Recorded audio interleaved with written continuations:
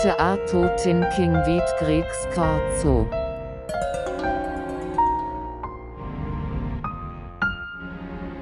This is Greg Scorzo, and you're listening to the Art of Thinking podcast. Today we'll be talking to writer, podcaster, and Zero Books publisher Douglas Lain.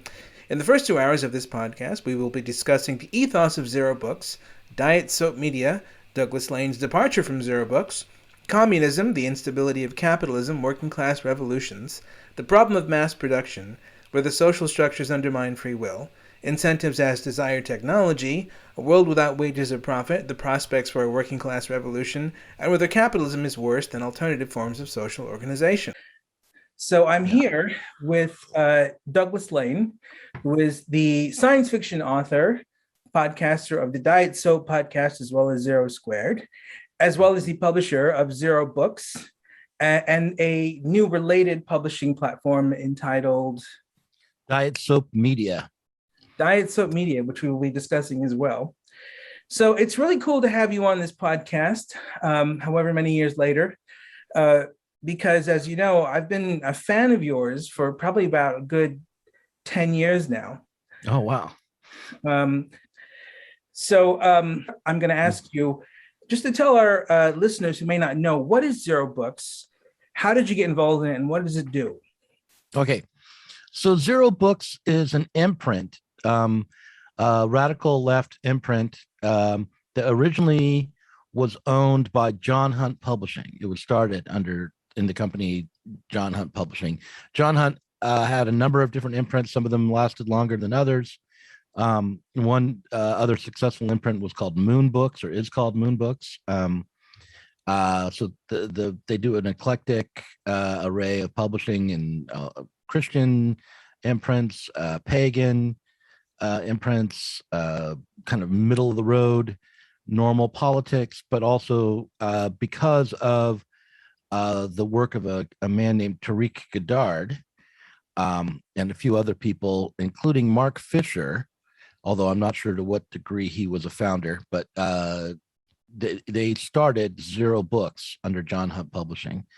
And that is the imprint. That's what that was the company I worked for, John Hunt Publishing, and Zero Books was the imprint.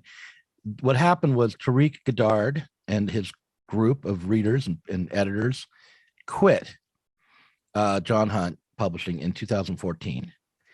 I never was told precisely what caused the rupture between Hunt and Tariq, but I heard some, rumors. I know a bit about John Hunt Publishing, and my understanding is that John Hunt's model, which was to automate as much of the process as possible and communicate with authors through automated emails for the most part, and to take a kind of scattershot approach to publishing, where you publish a lot of books and hope for one or two of them to become big hits, was at odds with the way Tariq and Mark and a few others wanted to run Zero Books. And I can say that, having worked for John Hunt, it was difficult to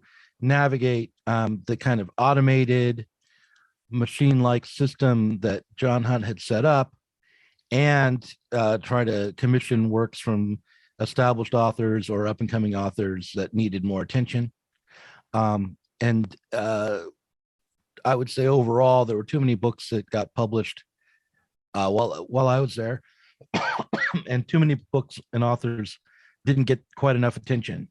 But I did make an effort to sort of walk the line in between working within the system that I was in and finding ways to work around it. And I will also say that the reason John Hunt set up the system the way he did to automate it was because he needed to work on a shoestring, and he had a very small staff. And so they simply couldn't afford the labor time that were required to put in the amount of just communication with all the authors that they were hoping to publish. So they sort of in a clever way automated everything and did manage to make a publishing company that was profitable out of it. So, it was not the best of all worlds. It was not the worst place to work, but they truly didn't like that system and they left. I got hired after they left. They had hoped to buy the name of the imprint when they left, and John Hunt didn't sell it to them. Instead, he tried to hire someone else to run the company or the imprint. They hired, I forget the name of the fella, but they hired a person in Britain first, someone in the milieu that Tariq was in. He lasted 2 days because of pressure from the former crew. So then I was second in line. I was not their first choice, but I was offered the job. And being in the United States and being a struggling novelist and wanting to work in publishing rather than in the bottom rung of the nonprofit sector where I was in an arts organization, I took the job. Mm-hmm. And they resented that. I'm going to say they resented that. And I'm not saying that based on my own speculation. They've made statements to that effect recently that they thought I was not showing enough solidarity with them when I took the job, but I didn't know them. And they never told me not to take the job, and I wouldn't have necessarily not taken it even if they had, because, to me, they had gone on and started another imprint under a new name at a new company, and I didn't see them as being particularly victimized by their choice to leave. Okay, so correct me if I'm wrong, but it sounds like there's sort of 2 points of divergence here. One is sort of a stylistic, meaning you want to publish a smaller amount of stuff with more attention paid to each individual product that comes out. Yeah, that's what's going to come next, right? I mean, that's not what I did at Zero, but go on. Yeah. So that's the first point of contention. The second is that the prior work that you did at Zero made them feel in some sense that you were not ideologically on board with them, that you were sort of departing from their worldview in some significant way. I think it was more personal than that. I don't think that it really had much to do with my ideology or my politics. It was just they didn't want anyone to come in and run the Zero Books imprint after they left. They wanted it to fail so that they could buy it up cheap, on the cheap, and take the name with them. They were attached to that name. They had felt really, really good about what they'd done when they ran the imprint and thought it was significant. And, I won't disagree that they published some really good books while they were there. But yeah, so that was the point of contention. It was not about, it may be that my politics are different, but that was not the primary concern that they had, not at the beginning. And I don't think for the most part, that's ever been their primary concern. Interesting. So in a way, it's good to clear that up, because there have been some things written online suggesting that it was all primarily about the fact that you had people on who were working for Spiked magazine. So if that's not the case, it's good to clear that up. They had they published people who were working for Spiked too. I inherited a relationship with Spiked. They had published a number of authors who were in that milieu before I started there. And they had their own controversies that were bigger than I think. Yeah, and more significant than, at least one that was more significant than any controversy I had, which is the Atzman book. They published a book called The Wandering Who by Israeli, I'm going to say by an Israeli anti-Semite, and did not retract the book. I think they just made a mistake publishing it and giving this person a contract. Once they had, I can see where they were kind of stuck. But yeah, I would say that the difficulties that you might run up against when you're publishing under this model that Hunt set up are numerous. And one of the things you definitely look for are authors who already have a small following or platform. So like if you're getting a book from someone who's at Spiked, well, you can look at them and say, well, they have a platform and they're part of an organization that will probably push the book, especially if they have a leadership position within Spiked or the RCP or the former RCP, So there's like that's a reason to publish them, before you even think about the ideology. It's just like you want to make sure every book that you publish doesn't lose money for the company, and the profit margin is really small.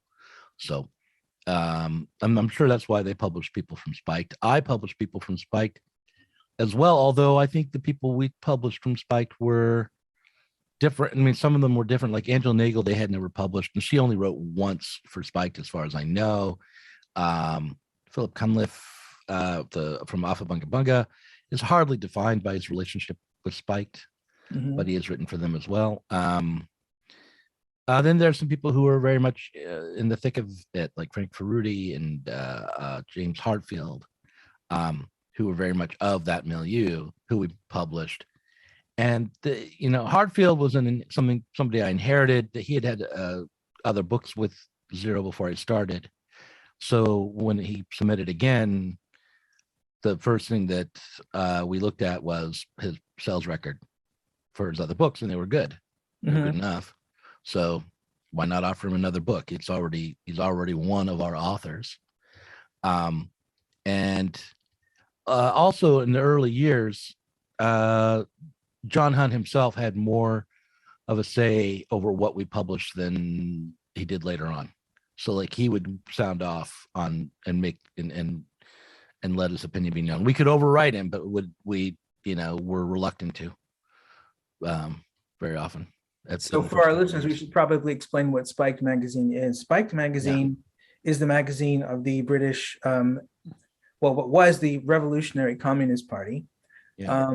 It is, at least by people I know within the magazine, understood as a sort of Marxist libertarian magazine from the UK, which is quite controversial over here because it tends to upset left-wing people much more so than more traditionally conservative magazines like The Spectator do.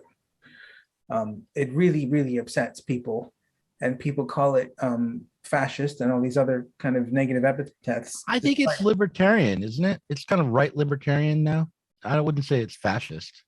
Well, the people I know who work within it would say that it's left libertarian. Right. So it definitely sees itself, as far as I know, as part of the left. And it, was the first to jump down Jordan Peterson's throat for criticizing Marxism because they like Marxism. Right. And yet it's seen as sort of a right-wing, I suppose, publication that's trying to bring down the left because it has a history of really criticizing kind of standard left-wing positions, especially the left-wing positions that have emerged after 2010 or so. Right. I don't read Spiked regularly, and my understanding of the publication is limited for that reason. But I have interviewed Brendan O'Neill a couple of times, like I think 3 or 4 times. And I have watched and listened to the way his podcast has gone. And what I would say happened to Spiked, or at least to Brendan O'Neill, was that the kind of anti-SJW or anti-woke position dominated in such a way that it pushed out other aspects of the publication, or at least of his thought. And so because of the way he talked about free speech issues and social justice warriors and all that, he began to sound very much like any other like a conservative, like Douglas Murray, say, who would say similar things. And I think that's the danger of focusing exclusively, or even to a large degree, to make the majority of your criticisms around these so-called progressive woke sentiments and online campaigns. I mean, they happen. I mostly oppose them, but I've always tried to not be dominated by that whole discourse. And I think that if I had a critique of Spiked, my first critique of them would be that they abandoned the working class. The RCP did. And the second critique would be that they have allowed themselves to be focused on the culture war or on the anti-social justice warrior narrative in such a way that they become kind of a repetition of what's already out there, just, with a different logo. Okay, so that's interesting. So why do you think that they betrayed the working class? They didn't betray the working class. They gave up on the working class. It's a difference. Gave up. Yeah.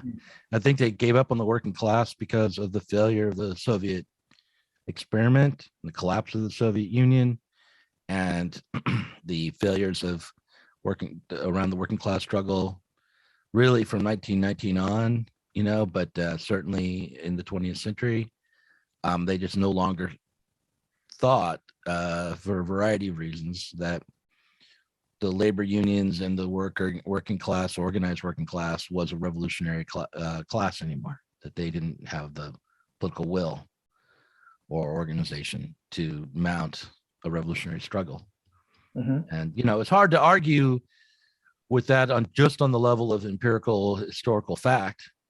But I would say that nonetheless, the reasons, theoretical reasons, and the kind of structural reasons that the working class is supposedly the revolutionary subject of history haven't changed. And so I would expect that it's still possible for a deeper understanding to emerge and a new kind of politics to emerge, if we don't just, let our hearts be broken and blame the people who are the most exploited for not being, it's not really they're blaming them. It's just that they have this analysis that they're no longer revolutionary. And I mean, I'm not deeply read on it, but I've talked to a few people, I've listened to a few lectures, and it's not just them. I mean, after World War II, a good portion, I mean, well before the RCP came to this position, a good portion of the Marxist left was no longer so confident in the working class as a revolutionary subject. I mean, the whole new left was about looking around for other groups to be the revolutionary group, the group that would change society. And when you can see it, like it's behind generational politics too. Like every new generation, every group of young people gets saddled with the possibility or sometimes a self-designation, sometimes just the false hopes of their elders, but as the new revolutionary subject. Millennials will change society, Zoomers will change society. I'm nostalgic for the days when it was Generation X will change society. I think that we had the best shot, but I may be biased there. But in any case, yeah. So Interesting. So what's fascinating about that is when you read Spike magazine, a lot of the repetitive critiques of repetitive critiques of social justice culture, let's say, mm-hmm. are from the standpoint that sort of social justice culture and progressivism generally is an attack on the working class more than it is an attack on, say, white people or straight people or men. Do you disagree with that? No, I don't disagree with that, really. But I would I would make it a little more clear. Like the other way to put it is it's an alternative politics to revolutionary politics. It's the progressivist movement in general has been a way to try to mitigate and even solve social problems that arise from the reality of class and society and the contradictions within capitalism without overcoming capitalism and without overcoming class. Mm-hmm. So, and that has often been, from the beginning, about controlling the unruly workers. It's often been about trying to civilize these sectors of society which are, living in poverty or not properly educated or and exploited. So, yeah, I mean, I don't think it's wrong to say that the progressive agenda is the agenda of capital, of kind of the capitalism of the human face. Is sort of what you've got there, and that the social workers and the various poverty programs and charities and all of that, while humanistic and often really necessary for individuals just in terms of survival are not a replacement for revolutionary politics or left politics. And when they claim to be, and they often do, especially in the realm of political parties, they are then the enemies of class struggle. When they even if they're doing good work, right, and feeding people or providing education or making sure that people's rights as tenants are protected, all those things are not to be dismissed, but when those things are the limit of what is considered a radical politics, then clearly capital is winning. Okay. So let's say, the politics of Zero Books is distinct from Spiked, and also the subsequent publishing platform that you're working on now, is the sort of core of this politics two things: one, anti-capitalism, and two, the promotion of revolution as the means by which the working classes will get rid of capitalism. Is that the core of it? I guess so, but I mean, that to say it that way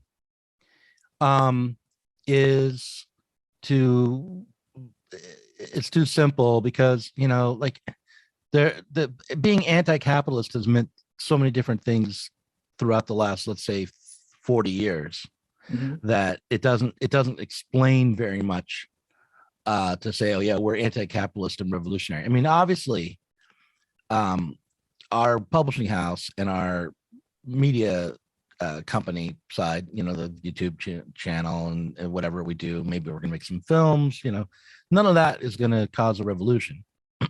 So probably, not by itself. So I would say what distinguishes Diet Soap Media and the books that we're going to publish, and the way we're looking forward to creating a variety of different publications, including like a journal from Spiked, would be where we think interventions need to take place. My understanding of Spiked and the former RCP is that they believe that defending kind of mainstream bourgeois values along the lines of civil liberties, the right to assemble, maybe even national sovereignty at times, that these things are the horizon of what Marxists can do. That rather that their job is to hold off or struggle against a regression into authoritarianism,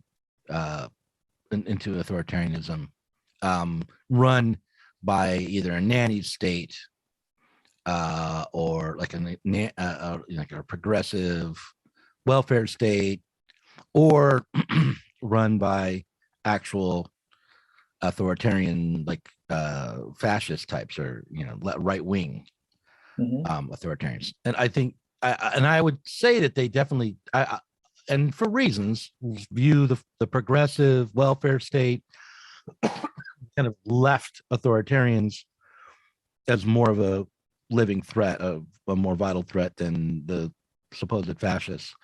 And I'm not sure they're wrong if your primary concern is about authoritarianism, but I don't have enough of a grip to know who's going to be the bigger threat tomorrow. And I definitely think the right-wing authoritarian moves are more chilling and more inhumane and more violent and more destructive.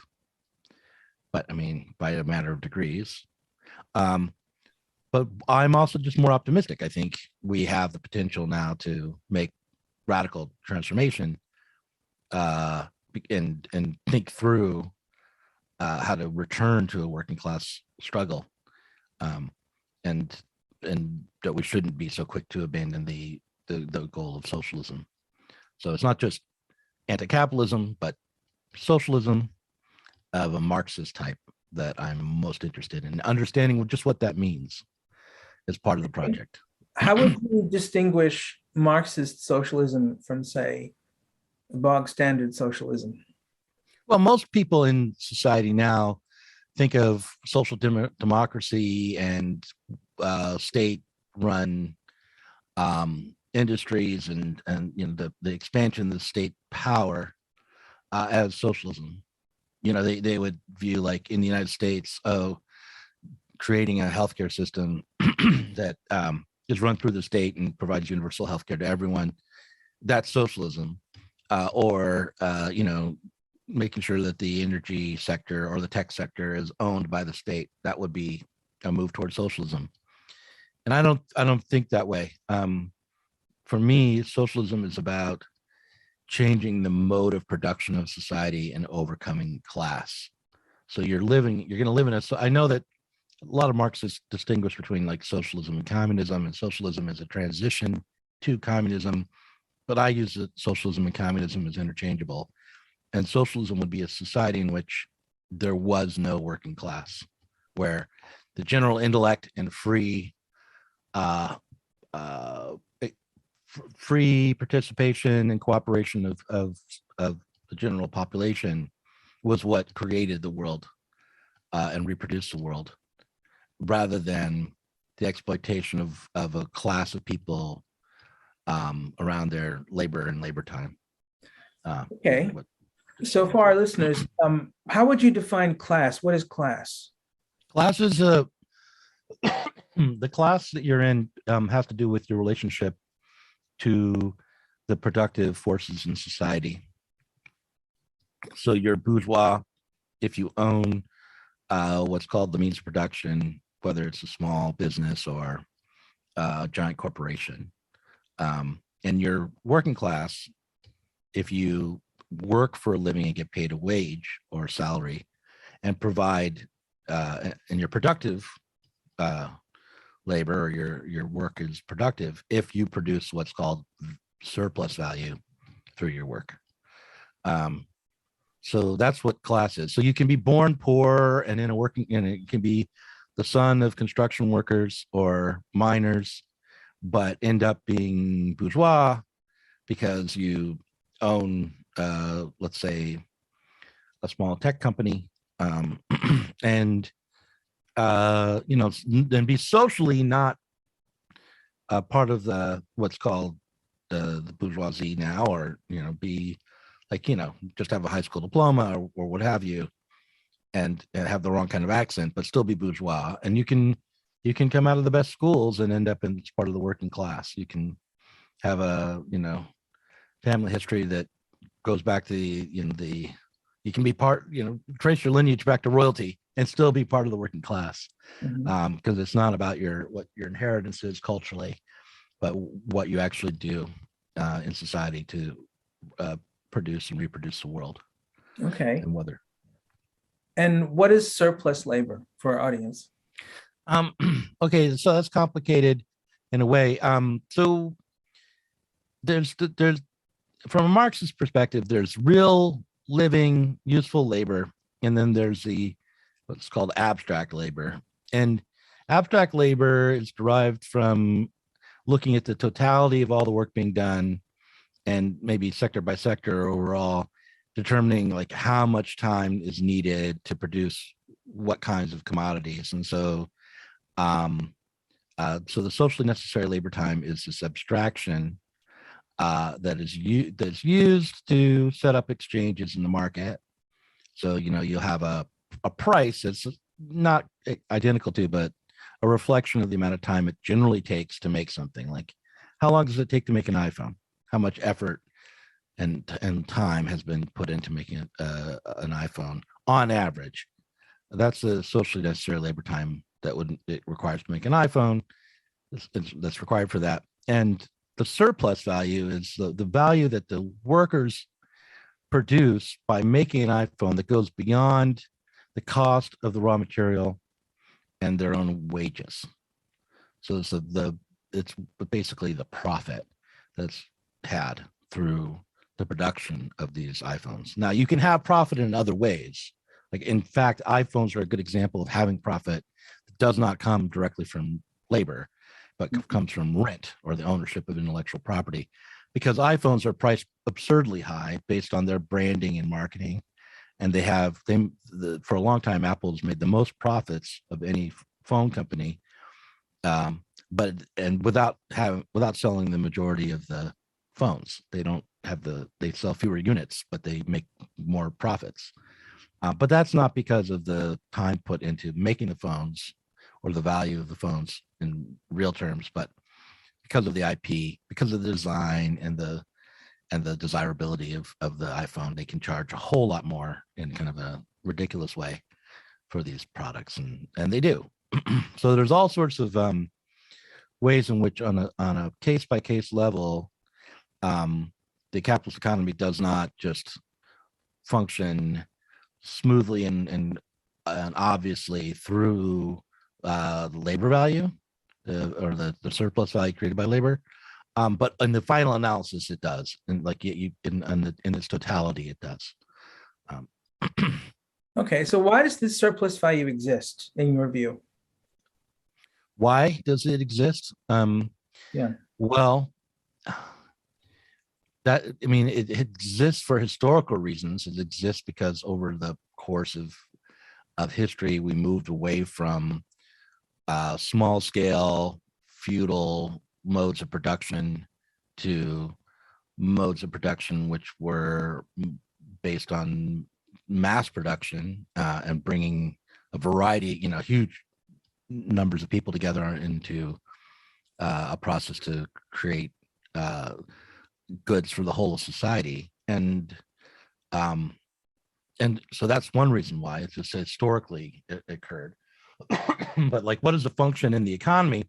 It sets up the terms for equal exchanges, so that you can know,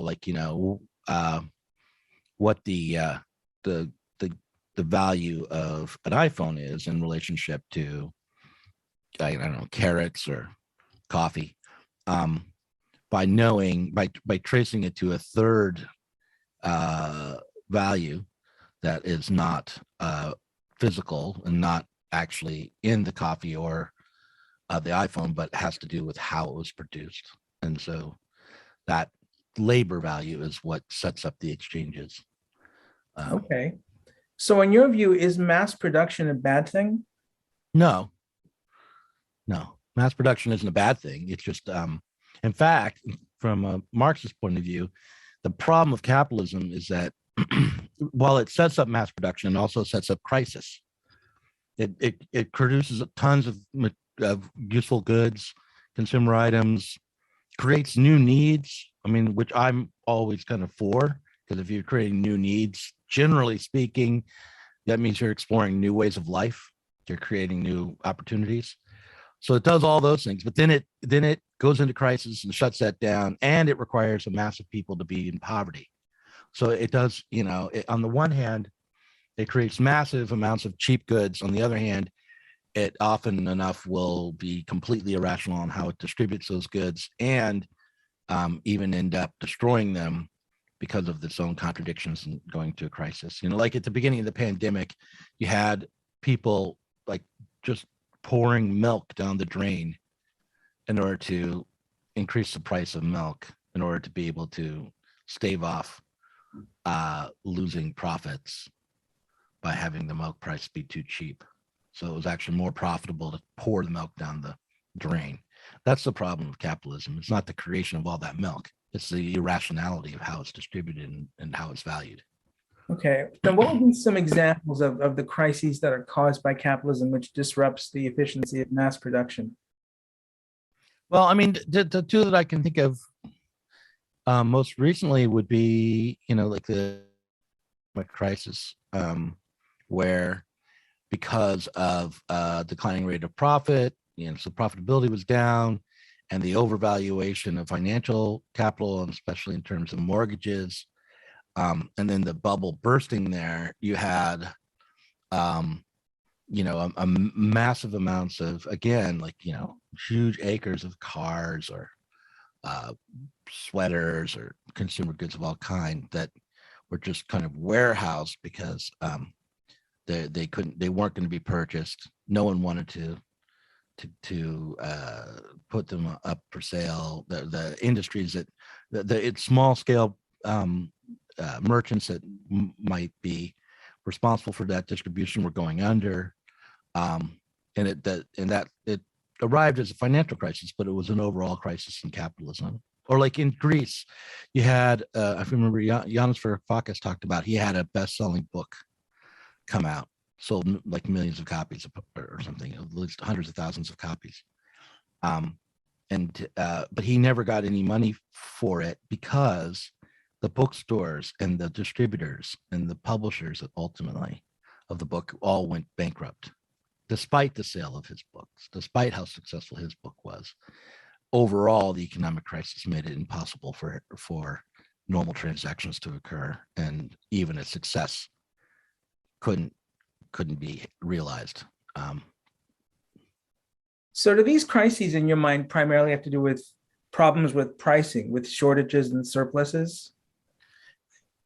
It can be pricing, but it's not even, it can be shortages and surpluses. It often, it ultimately will be manifest as shortages or surpluses, or both, like, a surplus that becomes a shortage, right? Like you can't get a good, even though there's tons of it out there. That's not what we're experiencing now, by the way. But that's how it's manifest, but it has to do with the fact that the faster and more efficiently you can create products, the cheaper those products become. And so at a certain point, your initial investment is hard to match. Your profitability is hard to achieve as you become more and more efficient at producing goods quickly, even though producing goods quickly will help you outstrip and outcompete other companies in the same industry. Over the long term, when all the companies are adopting those strategies and means and modes of production to create things really efficiently, the prices drop to the point where profitability is difficult, and that leads to economic crisis on just all multiple levels, like starting financial sector on down. Okay, so what would you say to somebody who says that what you described is also in a parallel way a kind of virtue of the system, because that very process you described is what's responsible for incentivizing motivation for new products that satisfy new needs? I think that they're only half hearing me, because the obviously the incentive to create a profit, does drive technological innovation, and it does. I mean, that part is true. Like it is still like a question as to whether or not a socialist society could incentivize production and technological advancement in a way that would make it possible to match or supersede what capitalism had developed. But what I just described was not the profit motive in and of itself. What I described was the difficulty to achieve profits that's built into capitalist production. That has nothing to do that the kind of paradox that the more efficient you become, the more you can produce, the more dominant you become, even in the market. That eventually leads to a crisis in profitability. You actually, by succeeding, are setting up your future failure, because the price per unit will drop as you create more quickly. So you can have a massive amount of really useful things, some real physical wealth put out in the world, but in terms of labor time, it's becoming less and less valuable, and the process of reproducing that production, reproducing these goods, becomes more and more difficult and requires more and more tricks on the level of financialization to keep going. And the fact that it becomes more difficult when you succeed is hardly an incentive for investment in production. It's, in fact, that it usually incentivizes saving and financialization, speculation, and kind of the parts of capitalism that everybody can obviously hate, like Bernie Madoff and things like that. That's where you get that kind of corruption, is when it becomes difficult to succeed through productive capital. And you don't think that those incentives also, in a roundabout way, incentivize new things that are highly profitable that satisfy new demands?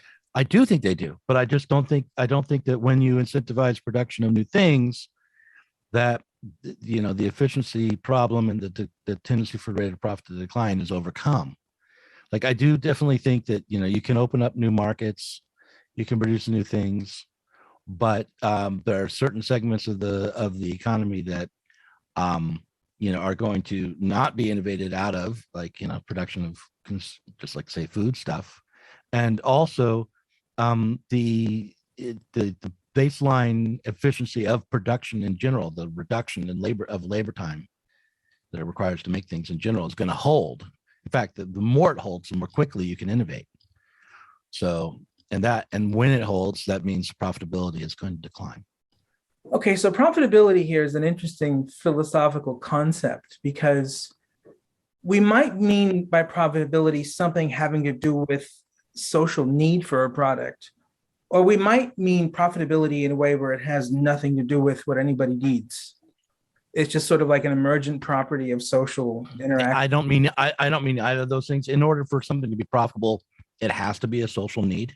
Okay. You're not going to create a product that doesn't have that serves no social need at all, and make a profit. So you have to have people have to want it. They have to have some use for it, and they want to that there's got to be a desire for it in order for it to be profitable.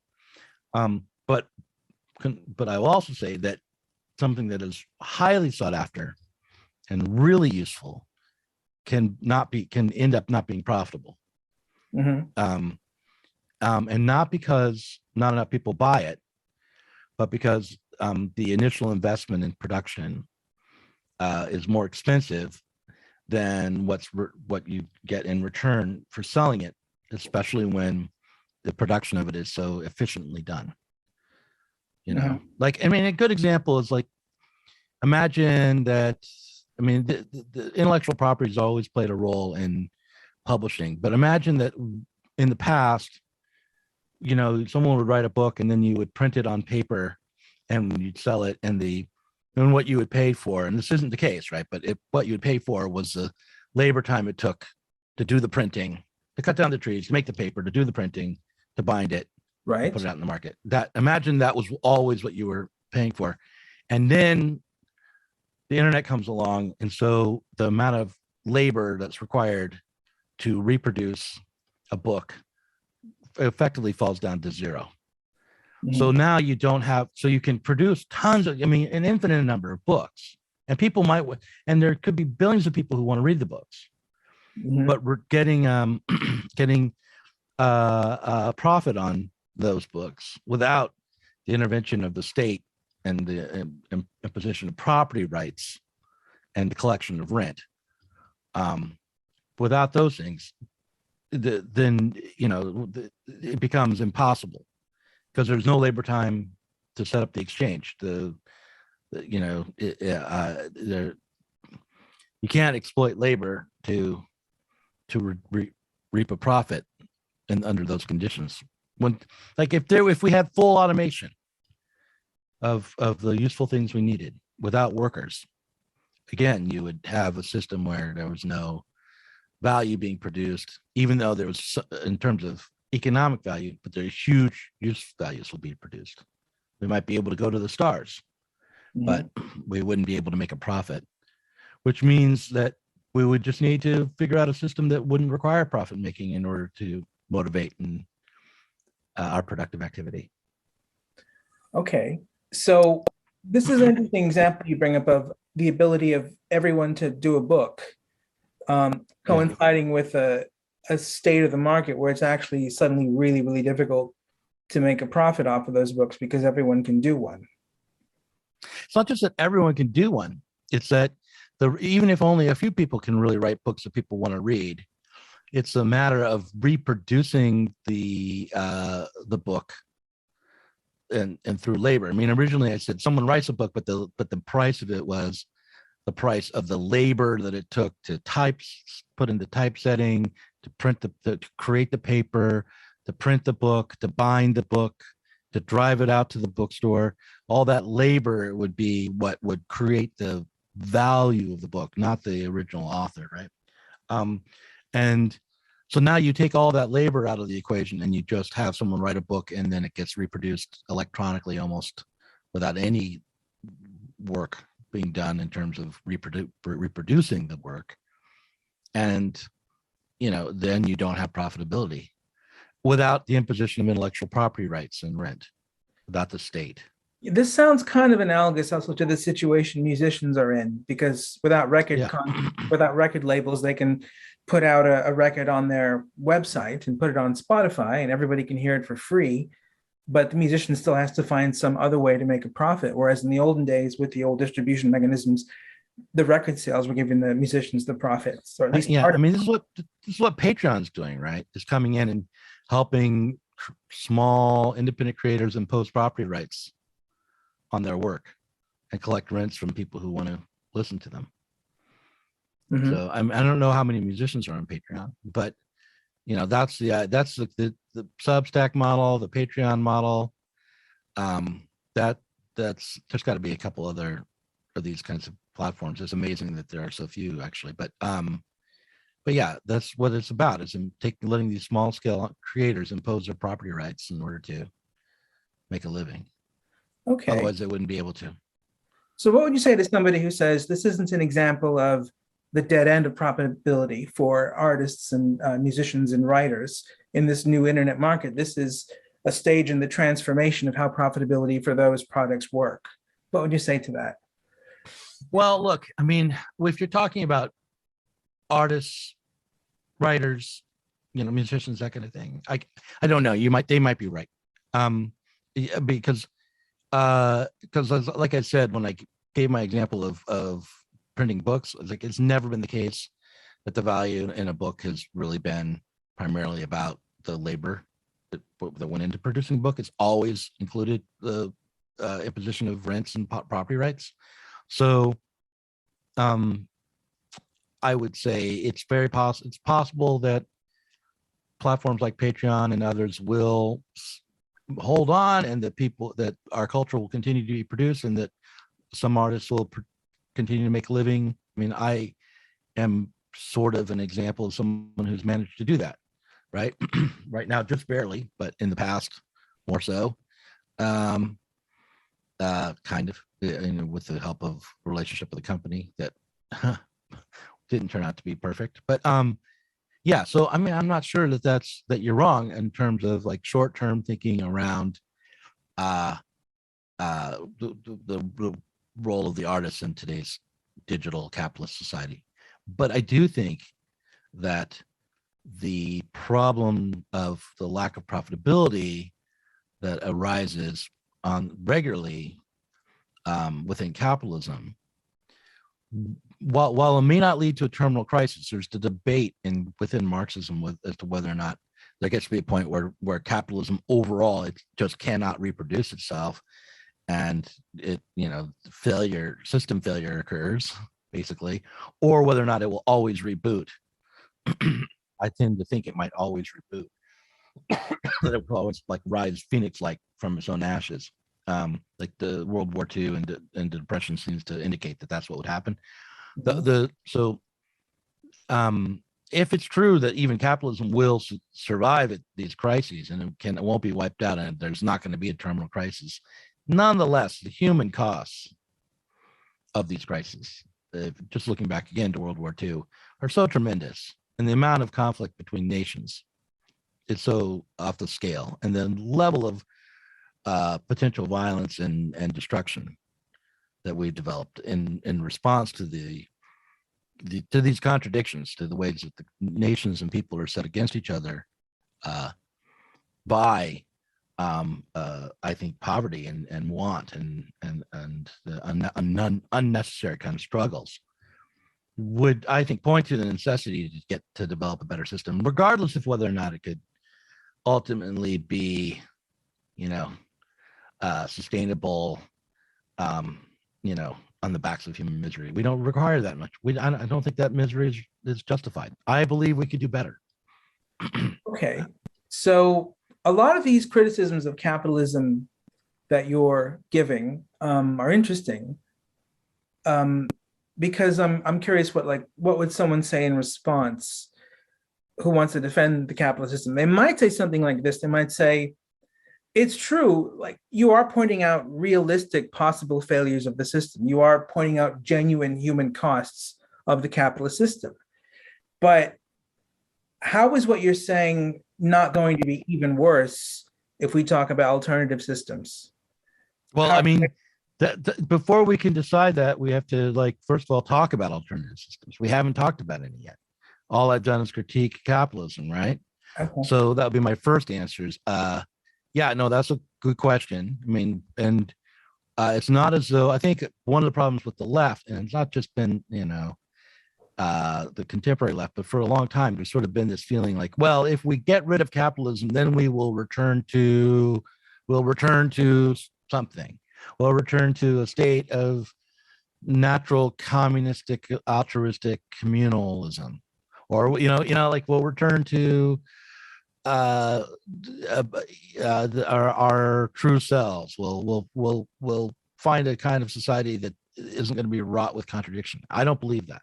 I believe that if the working class were to take power and abolish itself, it would still be faced with the task of creating new sets of social relations around production that then would also change the culture, and ways that may set up new problems, and that that they would be responsible for whatever failures will be endemic to the next set of mediating relations.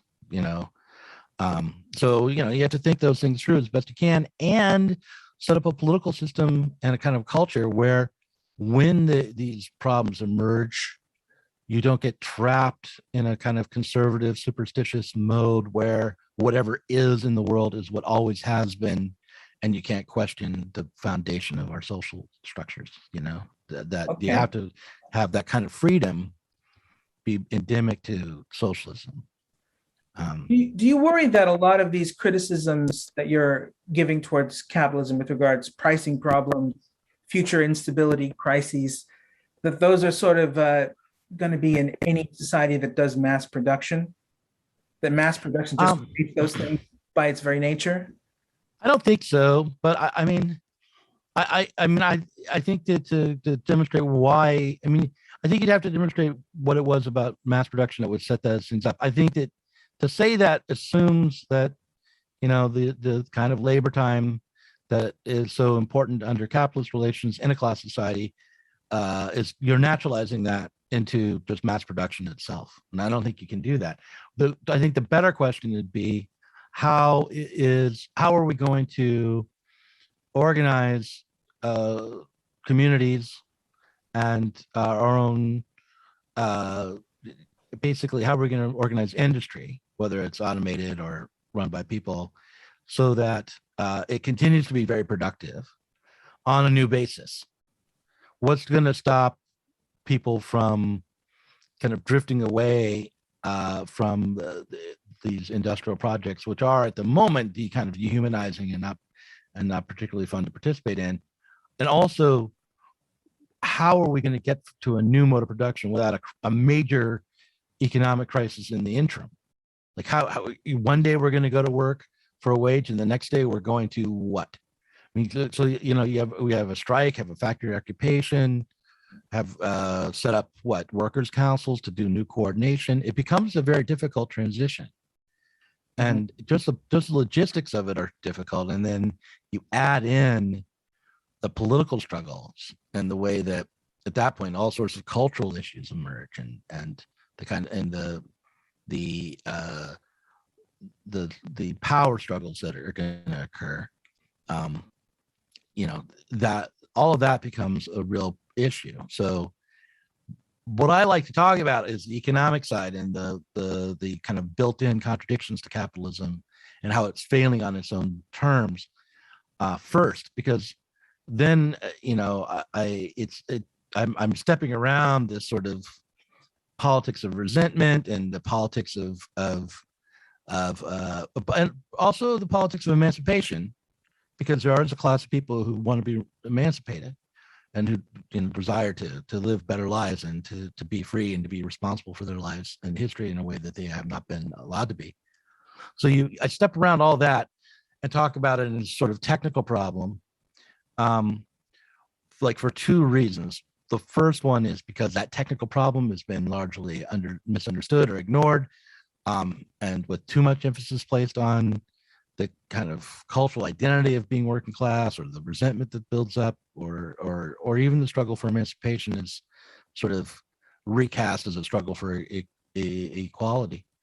But and the other reason I do that is because when I'm talking to people who are not Marxists, and who more importantly are not part of the kind of general left culture, talking about it in terms of as a technical problem depersonalizes it in a way that I think allows people to step back from capitalism as if it's a natural fact and think it through as a system, and feel that they are actually alien from it in a good way. Like they stand outside it, they can judge it, they can look at it and see how it functions. And once you get there, then at least amongst most working people, you can make some headway as to at least imagining something better. But I mean, most people, working class or otherwise, are pretty attached to the idea that the society that produces all these wonders should be protected, and that people who want to shut everything down aren't to be trusted. Do you think that's false? I don't think it's I don't think it's false right now. I do think for a radical transformation of society to occur, there will be a moment where work stoppages occur. There will be moments of disruption. They're just unavoidable. I mean, they're unavoidable within this system, but they're also going to be unavoidable as you transition from one mode of production to another, I think. We try to minimize them. And we certainly wouldn't want anyone to starve. But because in the history of socialist struggle is not great when it comes to these things. And I think we're advanced enough now, we're productive enough now that we could really overcome a lot of the problems that say occurred in the Soviet Union. But just because we have mass production really in place, we have modes of distribution really in place, and they didn't. But yeah, anytime you make a massive change, it requires some sacrifice and there's some risk. That's just a fact. Okay. Well, this is interesting. So I suppose the difficult part for your project politically is not to point out that there are all these problems with capitalism, because even capitalists themselves, even conservatives, often concede those very problems that you've articulated. Right. It's painting a picture where the problems are so bad that the risky alternatives, which could be much worse, are worth taking a gamble on, with all of their potential forms of instability in the interim to make them happen, right? Yeah, I guess I would prefer to approach it with not just the problems being so bad, because I think we can go on. I mean, the left has been doing that. People have been doing that on the right too. That problems are so bad is a mantra. I think like the options for a different kind of society would be so good, would be what the other way to put it. Because if we didn't have these restrictions on production, if we didn't have these irrationalities built into our system, I mean, yeah, there'll be, like I said, will be a moment of disruption, but I really do believe that if we could produce collectively in a way that was mediated by our desires and not by our need to be exploited, that we could do things that we only dream about and do them much more quickly. Like I believe that Jeff Bezos and Elon Musk are, while they're getting us into space again, are actually demonstrating just how limited capitalist society has become in terms of realizing its ambition to explore. I mean, we're trying to return to the moon. There's the limitations that have been put in place have not been technological, and they've not been about scientific innovation. The problems have been social, that held us back from developing the ability to at least explore our own solar system much more extensively than we have, and who knows what else is possible. So is your So like view that I think of socialism as being like reaching past humanity where as it is now, rather than holding us, working out a way to live as equals in a sedentary, stable, earthbound world. okay, so is it part of your critique of capitalism that capitalism is a system that produces the cultural epiphenomena that we see, like whether or not we're doing space travel? It's not the culture and the psychology of people that are determining the kind of capitalism we have. Right. It definitely, that's right. Capitalism sets the terms for and limits around the kind of spectrum of psychological and social and cultural reactions that there are. Um, and sets the terms for what our ambitions can be.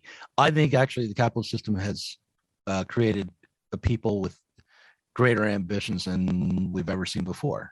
I mean, one of the things that you can look to the last couple hundred years, you can look back on the last couple hundred years and be kind of in awe of is how the world and the world of possibility has opened up tremendously for people. You can be a kid born in a village in India and still wonder about what's going on in the stars, or what it would be like to travel around the world, or what a rock musician is doing in the UK, or on and on and on. Or you can be born in the UK and be aware of and interested in what's going on in African nations, and we're more connected, we have more possibilities, we're less bound to tradition and our own local culture than ever before. So I think those things are all like the upside of what capitalist production has done. Mm-hmm.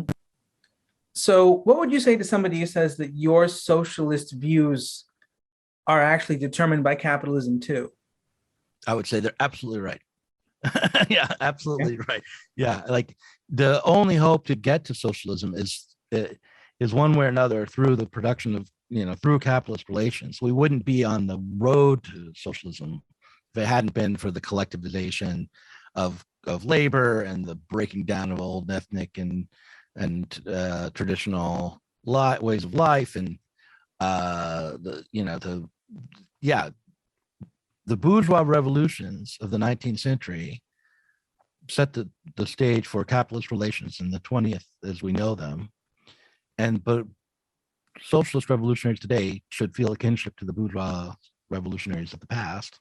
And socialists were part of those struggles then. The realization of like what the ambitions were in the 19th century to break free of the aristocracy and absolutism that defined Europe then, those ambitions can only be fully realized through socialism, is what I would say. It's not that socialism is something set apart from the history of modernity. It's realization. Okay. What would you say to somebody who says, well, look, if those beliefs are determined by capitalism, like all the other phenomena that we see in culture, there's no point in being political because socialism is going to happen whether anybody does anything about it or not as an individual actor making choices. It's just programmed into the system to turn socialist at a certain point. What would you say to that? I don't know. It's a question that you can take it out of the realm of politics and just say, do we have free will at all? Right. I mean, like, if we can see that our ideas and our culture and our self-conception are all conditioned and determined, whether it's by productive relations or the food we eat or our childhoods or what have you, then once you say you're involved in a causal relationship with the past and with your environment, where is the room for freedom? And my answer would be the room for freedom is well, honestly, I just sort of operate like I have freedom, but the what I would say, if I want to go a little further than that, I would argue that I have experienced moments where in my own life personally, and also I can see them in a larger context, I think, where when you don't think through and act, you end up repeating. Mm-hmm. You turn into a repeater when you don't think through and act to change your conditions. And that when you're simply caused by external forces to move, those external forces have, for whatever reasons, have a tendency to send you looping back. They don't tend to send you forward. It seems to me you have to engage through your own will and reason in order to what's called sublate the contradictions of capitalism, meaning bring these problems together and create something new. What would you say to this argument? This is often given by libertarian socialists, that in order to think about socialism properly, you have to think of it as free will, human agency based rather than structurally based. Because if it's structurally based, that means the socialism is coming from the capitalism just as much as the libertarianism is coming from the capitalism as ideologies. And if your socialist movement is coming from capitalism, it's suspicious. You shouldn't trust that it will emancipate you rather than create repeated tyrannies of one sort or another. So in order to have a really workable, consistent socialism, it has to be agency-based rather than structure-based. What do you think of that? Well, I mean, I guess fundamentally, I'm not sure I disagree, but I mean, you have to create a movement that can be agents that have enough power to change the structure. That's the whole aim. And then you have to, so then what you have to ask yourself, where is the structure located? What is the structure? And the nice thing about a Marxist critique is that the structure isn't everywhere. It isn't amorphous or difficult to pin down. The structure is based on the way in which we produce things. The class relationship is whether or not there's a working class that has to go to work and pay a wage in order to live, and whether or not the items they produce are valuable because of the exploitation of their labor. So we know what then thereby we know it needs to be changed. But we will nonetheless face the fact that all of our actions to try to make changes to those basic relations will be operating under the influence of those relations. To organize a political party, right, requires getting funds, paying rent, finding people who are highly paid enough to afford membership dues, maybe getting donations, or it requires creating a press and selling newspapers or booklets, or like all the ways in which we operate now will be under the influence of capitalist relations. But there will supposedly be, and I think I can imagine it, a time where through political activity and direct activity, those social relationships will be transformed in everyday life, in the realm of the worker life themselves, not just rhetorically, not through some policy, but as it's lived out and as work is done. Okay. So let's go envision the socialist Marxist society and its production process a bit, because you might run into an objection there. Once you design that society, somebody might say something like this. They might say, okay, suppose you want to make cars for people to drive. Whether it's a socialist society or a capitalist one, you still have the same problems. You got to fundamentally incentivize people to go make the cars. Right, I know. And even if you're incentivizing them to make the cars, there's an element of making the cars that will always be sort of drudgery. Even yes, but I have this book, Batch Revolution, where I imagine the gamification of production through video games and augmented reality, so that the majority of the productive things that are produced by people who are, not really aware of their activity as productive, but are fully immersed in an augmented world. So there's one science fiction answer to that question of incentive. The other answer to incentive is that there's always everything can become drudgery, but also I have found that when you are doing something difficult and that might require repetition and some drudgery, but you're doing it for a purpose that you find rewarding and meaningful, that meaning and reward in terms of just participating and contributing to society can be enough to incentivize you if you don't have to struggle for survival, if you're not having to work for a wage just to buy what you need. I think people would be motivated to do productive work regardless, and even productive work that seems really awful. Like I like to tell this story. When my kids were much younger, about 12 years ago, 11, 12 years ago, I took them on a field trip to the sewage treatment plant. Mm-hmm. My two older kids. And we walked around, we saw all the ways in which the sewage was treated, and it was actually a very complicated process to get the water treated so that it could be turned back into drinking water, or at least some of it could be, and also they created methane gas and some natural gas out of it. Just lots of things are going on. The person who was showing us around had a huge amount of expertise, right?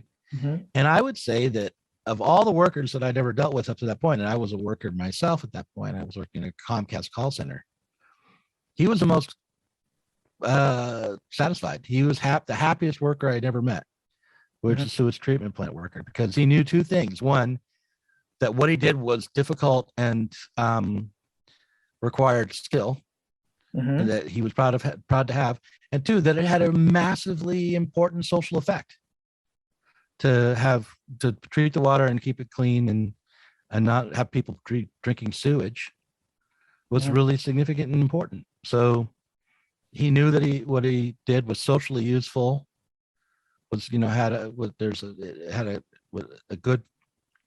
was an obvious good in the world for him to work in that plant, and he knew that he was a unique individual with real talent because he did it. Okay. So, this is interesting. So it sounds like with any job, even a terrible one, you can have all sorts of nice secondary incentive, like it helps people, it's difficult, but I'm proud that I do it well, blah, blah, blah. But it seems like in our capitalist world, the primary incentive, even for him, is profit. Not in the primary incentive for him is not profit, but wages. Yeah. Not in the sense of making more money to play with, but making enough money to live and potentially be able to make more money for sustenance, for having a home. Right. Being a right. So, the idea of socialism is that we would be producing directly in order to provide for ourselves and our communities, and that community could be the whole world. That the wages would, the exchange of commodities for money wouldn't be necessary. That the productivity would be at such a level that consumption would be taken for granted. It wouldn't like anyone can read a book that's produced online electronically. You don't have to pay for it. Like, imagine nothing, that there are no commodities, but everything is produced on such a scale and so efficiently that needs are just met. That's socialism. How would that work, though? How would you incentivize? All right, I know. But it wouldn't just work directly. You would have to have some sort of mediating structure. So like you'd have to have some way of knowing who's going to be where and needing what, right? So you would need a mediated life. You need to have people. It couldn't just be chaotic. So there's the side of the capitalists would argue, well, what you're talking about is social control, but no, I'm talking about mediating life, so that we have sort of collective projects and ambitions that we share. So we know, if we had a society based on the idea that a good portion of the world's effort would be put into overcoming death, say, or a good portion of the world's effort would be put into getting into outer space and exploring outer space. Well, then we would be able to collectively organize in order to meet goals that people would want to participate in, right? These would be cultural ambitions. People would organize themselves in order to help big collective projects, and the production would be done around meeting the goals that were politically and socially and culturally produced. Okay, that sounds like a society that needs to have like a really amazing expansion technology for motivating human desire to get people to get up at 8 in the morning to go put together the car that I'm going to drive. So it's going to have to make people desire to do that without money, right? Well, I mean, yeah, but they would be, look, if the flip side of it is if people aren't participating in the society, then the things that they need won't be produced. Right. So, there would be an understanding that their own participation in society is what is making it possible for them to live and reproduce themselves every day, but they wouldn't be measured in the amount of labor that they do. It would be measured in the amount of useful activity that they do. And it wouldn't be measured as something like being paid, but it would just be like, okay, here's all the stuff of the world that's being produced now. What do we want to do next? What will we need to do to get there? What levels of efficiency will we need to do collectively? What levels of production will we need to reach collectively to get to where we want to go next?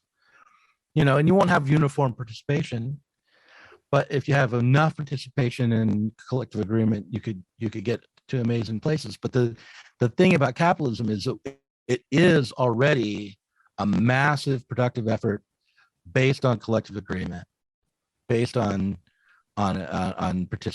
free participation to a large degree. Yeah, it uses profit and self-interest as the main technology of human desire to Right. make that happen regularly. Yeah, and I'm just saying I'm not saying self-interest would be eliminated at all. It just wouldn't be based on commodity production and profitability and like that. It would be based on more direct self-interest based on desire. Okay. Do you have a worry that in this society we could have a lot of the things that you would like, but one of the casualties might be you and your career? So for instance, there might be in your community a meeting that happens where everybody discusses what products everybody has and needs. And it comes up on the list, oh, we need some people in your street to bake bread for the next month for 9 hours every day. So you can't do zero books. You have to make the bread. Sorry, Doug. Well, what's the end goal? Have to be breaking bread. How long will it last? What will I get out of it in the end? You'll know that everybody has what they need. Oh yeah, but that's not good enough. No. I'm not talking about a society where people simply make everything that they need to survive as they are. No, we need big collective projects to improve our social conditions and have more exciting lives. So like if you're telling me you gotta take a break from zero books for 9 months and just cook bread, but at the end of that, you'll be one of the people who gets to go to the moon. Okay. All right, I'll do that. If that's what we're working for, and I need to make bread for a while in order to get a chance for moon travel to the moon to be near universal, then yeah, okay, I'll participate. But we just have to set big, large projects that everyone will benefit from, in order to motivate cooperative production. Well, what if it was something like, look, the streets right next to you are hungry. They need bread. Everybody that we've allocated is doing something else, Doug. You need to make the bread, or else the streets behind you are going to have no bread. Isn't that enough incentive? I mean, well, first of all, I doubt that they would be turning to me for making bread. I'm not so good at it. But secondly, again, like the point here is not. I mean, obviously, if I'll make bread if people call upon me to do so, if people are hungry for a little while, but the idea is to set up a mediating structure of society where people's desires can be met and work can be done and productive life can be done without coercion and without and not based on want. The point is to increase productivity, not to, try to eke out subsistence living from poverty. So I would imagine that under a socialist society that the production that was already going on under capitalism wouldn't cease forever, and that the amount of, right now we throw a lot of food away. So one of the things we could do under a socialist system is not do that and distribute it more efficiently. But yeah, so I don't believe that socialism would require telling groups of people who have no experience in a particular field that they're going to have to stop doing what they're doing and start doing something completely different in an inefficient way. This doesn't make sense. But I do think that my personal career would end if we had socialism. What would be the point of me publishing left-wing anti-capitalist radical books? There wouldn't be anyone. I would maybe, I don't know, I'd just maybe make weirdly poetic kind of surreal films that meant nothing. Or yeah, David Lynch. Yeah. But this is interesting though. I suppose that the worry I have is I can imagine living in this society where I could say all these things are happening in a more fair way than the capitalist society I do live in. Yeah. But I can imagine in this society also feeling a lot of burdens and obligations to produce things that I currently don't feel. And I might feel in this alternate society like things are much better ethically for everyone, but my life is not really my own because I have less. Well, look, my whole point is your life is not your own now. You're already participating in a mediated structure now that you didn't choose. Okay. And what I'm saying is socialism would be taking up the responsibility of creating a new mediating way of life and something other than commodity production to mediate our relationships. It doesn't mean that everyone has to be altruistic or everyone has to be involved in every other part of everyone else's life, or that we have to be better people or more fair. It means right now we have a set of social relationships that mediate our existence that we ignore, that we pretend don't happen, that we pretend are natural. It means we can change what those relationships are in a kind of as a way of changing technology, as a social technology, and create a more efficient, more free society out of it, not one based on more impositions and more limits on the individual. Okay, so it sounds like there's two domains in which this new alternate social society has to succeed. It has to be efficient and fair at distributing and making things so that you get a level of productivity that at least mimics what we have now in our capitalist society. Yeah. But you also have to create an experience for the individual where the individual doesn't feel like all of that productivity is riding on them not having a sense of agency, a sense that they can do what they want with their lives, that they can live lives better than their parents did, and so on and so forth.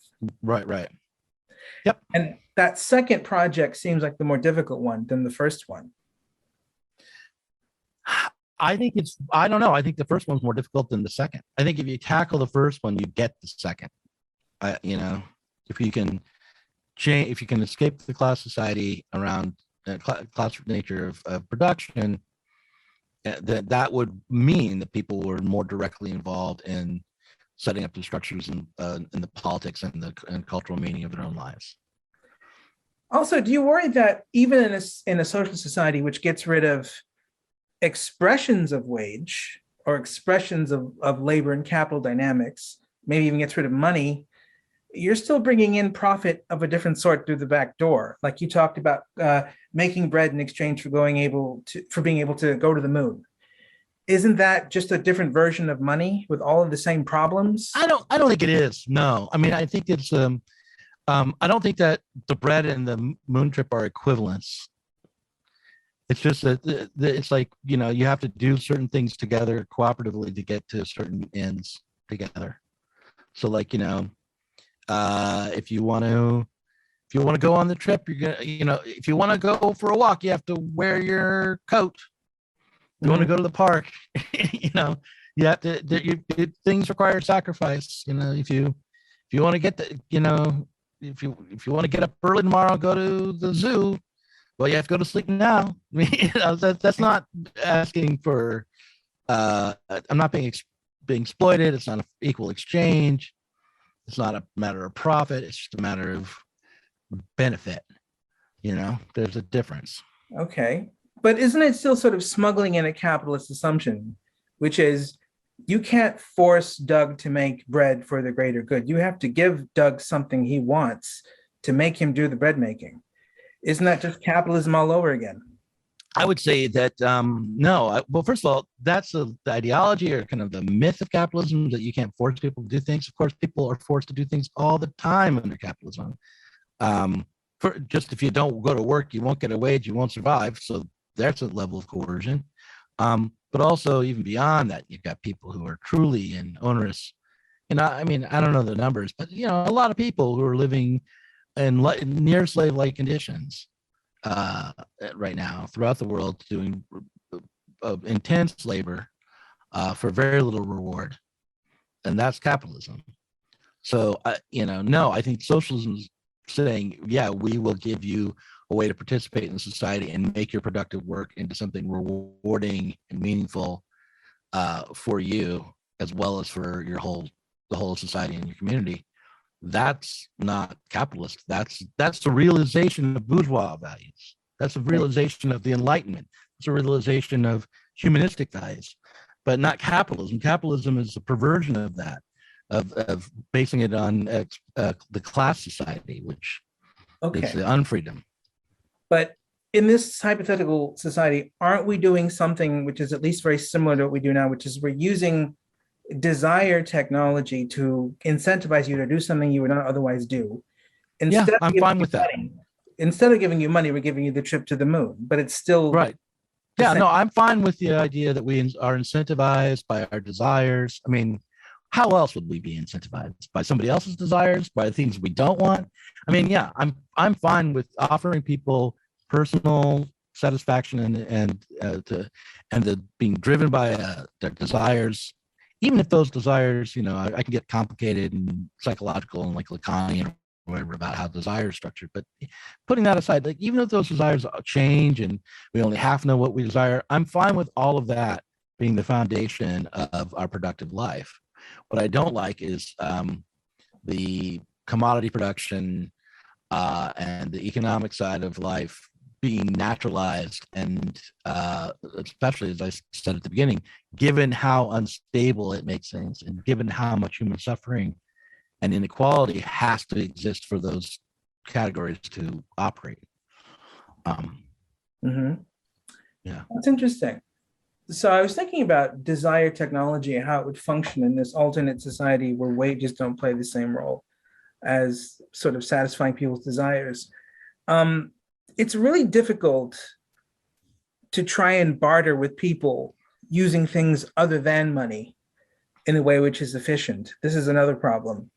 So for instance, if it's much easier for me to give you $20, let's say, in exchange for you reading my book. Maybe this is a bad example because I could do other things for you that would be to your liking. But if you got rid of money and you just started saying, okay, what sort of things can I get that would make me want to go help society make bread?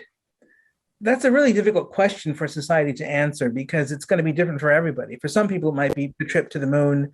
For other people, it might be come over to my house and paint my backyard. For other people, it might be give me a blowjob.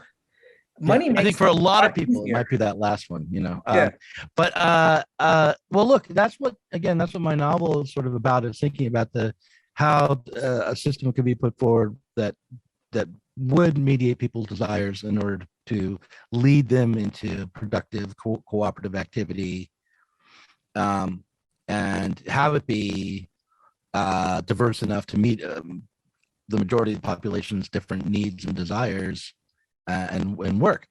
And I'll tell you something about this book that I wrote, Fast Batch Revolution, is mostly read as a dystopian book. And the reason why is because I'm very direct about showing the mechanism of social control, the AI that's setting up the terms of everyone's life. And once you realize and recognize, and you can basically, once you can see the prison walls, things feel dystopian. So I think once you can see the prison walls, in other words, see how your life is being mediated, it starts to feel constrictive, but I'm okay with that being a part of the change to socialism, because knowing where the walls are, knowing how your life is mediated is a necessary component of being able to change it. So one of the things about socialism might be that we are frustrated by our own social system in a more conscious way than we are now, in a more thought through way. And that would be part of why under socialism the ability to change would be more profound. So would you acknowledge the possibility that there could even be great amounts of exploitation in this socialist world? Because, for instance, you might get a subpar trip to the moon for baking the bread, rather than the trip to the moon that you wanted. I think that for me, it's, I feel about trips to the moon the same way that Woody Allen feels about sex. I know I shouldn't talk about Woody Allen specifically, not about sex, but anyway, there's an old joke he said in one of his movies. He said, you had the wrong kind of orgasm. It's funny because every orgasm I've had has been right on the money, So I would feel that way about trips to the moon. I mean, a subpar trip to the moon, what would that be? Like I didn't get enough time at the gift shop. No, I feel as though the task of socialism is not to overcome every single inequity or every single disappointment or every moment of unfairness. Those things all exist. It's the task of socialism. They exist under any system. They're just a natural part of life. The task of socialism to overcome the structural constraints, inequities, and irrationalities that we can know about and that we can see and that we can critique under capitalism. Not to create utopia. It's to do better, just to do better than what we have. Okay, that's interesting.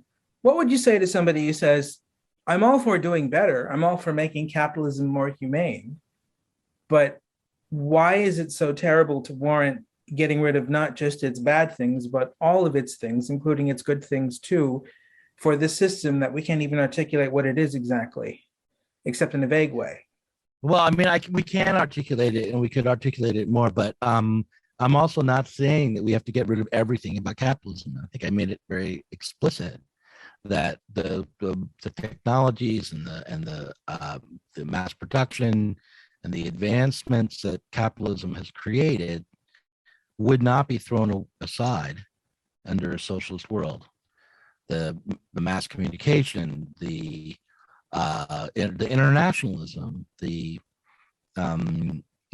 kind of sense of individual responsibility and freedom, all of that stuff is what we want to hold on to and develop under socialism and not throw aside. So we're not asking you to give up every aspect of your life that you cherish in order to make sure that everyone gets, everything the same.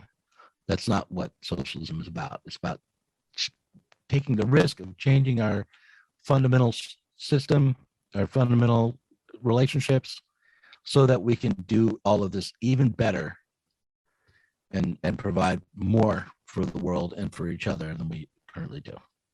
Okay. Would this version of socialism involve top-down central planning to distribute goods and coordinate prices and all that sort of stuff? I don't know about prices and coordination. I think top-down planning, I'm going to say no. And the problem with this is something like I ran through in my novel. Like I ran through a variety of different options. Like how do we, like the plot of the novel is an AI tells its computer programmer, oh, the world's about to end. There's going to be nuclear war unless you change the foundation of society pretty quick. And so like they're going around trying to figure out how to change the foundation of society, and they're debating it. Like one of them is to put to do more centralized planning and try to organize everything rationally that way. And what it turns out, the problem there is that you're still centralized planning of basically becomes centralized planning of monopoly capital. So you're still you're planning productive activity of workers, you're planning their wages, you're planning where the goods are going to be sold. That's capitalism through the state. That's not what I'm talking about.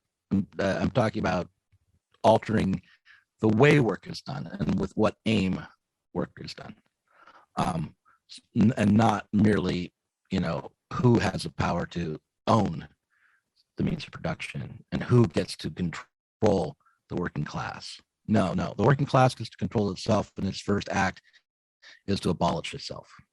Won't be a working class and under socialism, not as we understand it. Interesting. So do you think that the working class currently is not in control at all? Or do you think they are in control and they are maintaining their class by not fighting the capitalist system? I think that the working class is absolutely the most vitally important class in society. Without the working class, society would fall to pieces. And I think that working class, as individuals, working class people, don't, for the most part, see a way to change their productive activity without, and get beyond the wage relation, because they don't organize together collectively politically. They don't see that as their primary aim. And I don't blame working people for that, because there's very few aspects of society that sees the transformation of work and production as a primary aim. It used to be the case much more so, but we've lost that sense of socialist struggle, and I want to bring it back. Do you think that this has happened because working class people have developed a different set of moral intuitions about what constitutes being treated fairly compared to the classical? I don't think that's why it's happened. I'm not sure exactly why, but I don't think it comes down to the moral character of the working class or their changing attitudes there. I think that it comes down to maybe the destruction of I think it might come down largely to like social isolation and individuation occurring in certain ways. Yeah, I think that might have something to do with it. But most of all, I think also the people who would normally be organizing for revolutionary change and trying to lead for socialism have been rather allergic to the task, because of the failures of the Soviet Union and the failures of the first attempt and the inability to overcome those problems. Okay. Yeah. And that's not unjustifiable. Like I wouldn't struggle for revolutionary socialism if I thought the outcome was going to be China or the Soviet Union. Why bother? Might as well just become like spiked. Protect bourgeois values as best you can. Don't risk massive change because it could be monstrous. But I just feel as though right now, given the state of the world, not trying something massively different is riskier than struggling for socialism. Okay, that's an interesting argument. Because in order to make sense of that, it would have to be something like capitalism is leading us on an apocalyptically bad trajectory, and socialism would not be accelerating worse. I think apocalypse would be a good thing. I mean, apocalypse means the lifting of the veil and the revelation of the truth, right? I mean, but Armageddon is maybe the word you're looking for, and I don't believe that either is the end. I think what we're seeing is a deepening of human misery. Like we didn't like the Holocaust and the bombings of Hiroshima and Nagasaki and the massive deaths in World War II and the poverty that came out of it immediately. None of that was Armageddon, but it was none of it acceptable. None of that was anything but the deepening of the misery of humanity and the creating a grotesque history. So I feel like we're on a path to do those kinds of atrocities again. That we're on a path to lose the freedoms we have, and to see the deepening of human misery like we haven't seen at least since World War II, and possibly make even worse a higher scale and a more consistent scale.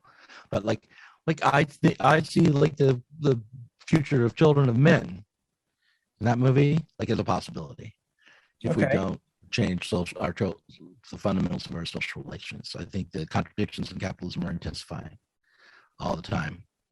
Hell, I think the lockdowns are an example of the problems that arrive when we rely on a so-called progressive state to moderate and mitigate these difficulties that arise from capitalism for us, rather than changing the fundamentals. It just gets worse. Things get more alienated.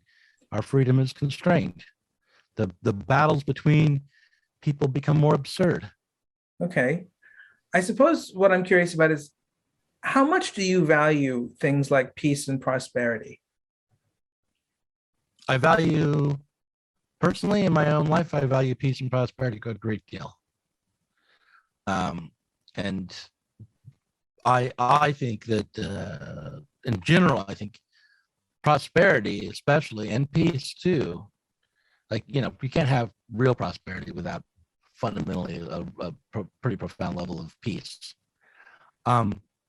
I think those are the things that motivate my desire for socialism. Peace and prosperity is what would be more easily achieved in a socialist society rather than, you don't see peace and prosperity now. We've had nothing but endless wars and kind of moving levels of immiseration and poverty. I know that Steve Pinker isn't exactly, I think that's his name, isn't exactly wrong when he looks at the averages, like life expectancy and the general wealth. But I would just say that that the trajectory is maybe not as clearly on the upward trend as he would like to believe, and that the levels of immiseration and destruction that we've had to endure for these numbers to be achieved has not been acceptable. Again, like we could do this much more directly. Okay, so what would you say to the argument that the levels of poverty and war and the crises of capitalism that you've articulated, that they actually are acceptable prices to pay, because what you've seen from capitalism in the last 300 years is a radical transformation of humanity with not just peace and prosperity, but liberal rights, actually activist movements fighting for the disenfranchised, education, medical care, life expectancy, all these things that are so amazing and so important and so profound compared to what human beings used to live like, that actually all the negative sides of capitalism are small potatoes. What would you say to that? I would say there's some, like I said, I think there's some truth to that, but I think you're underestimating both the potential for a better life that could be realized by holding true and coming to the end of this bourgeois revolution rather than staying in the thick of it. And because, the bourgeois revolution is not stopped. It just keeps going. So I think they underestimate what could be achieved if we realized the end of the revolution and made the change that we've been struggling for. First of all, and secondly, I think it's very easy for people to say that the level of immiseration and humiliation and destruction that we've suffered through has been worth it, when they haven't been the ones that, have, there's because always people who are winners and losers. And look, the 6 million Jews who died, that was not worth it. The But wait, the isn't that Rwandan genocide was not worth it. Yeah, well, but that's I don't see the Holocaust in World War II and the mass murder of the war itself and the development of nuclear weapons as being separate. First of all, fascism isn't separate from capitalism. It's just a mode of capitalism. Okay, that's a kind of, those were that was capitalist production was going on. That was capitalist life happening. Fascism was one kind of version of it, and I just don't see any of it as being separate from the way that the capitalism sets up contradictions and conflict and competition between nations and puts forward imperialist projects and so forth. So yeah, I mean, you want to tell me the last 300 years of capitalism have been glory days and everything's getting better? You got to include the Holocaust. You got to include Rwanda. You got to include the Congo. You got to include the history of slavery. Okay. You know, you have to include all of these things that are obviously inhumane and counter to bourgeois values of equality and freedom. If you want to justify staying this way, not like saying, well, no, we shouldn't have ever changed. We should no, but if you want to justify holding on to the relations we have, then you're going to have to justify future versions of the Holocaust, of the Congo, of Rwanda, of so on. Okay. So what would you say to someone who says that this argument sort of parallels the argument that conservatives give for why you shouldn't have a welfare state, because you're participating in the same tradition that will eventually give you North Korea or the Soviet Union? If you well, look, I'm not for the welfare state necessarily as an end goal of anything. And the difference would be, whether or not what I'm saying is true or not. I mean, like, I don't think the welfare state leads to North Korea. I think the welfare state historically led to neoliberalism. Okay, it led to where we are now. It didn't lead to North Korea. But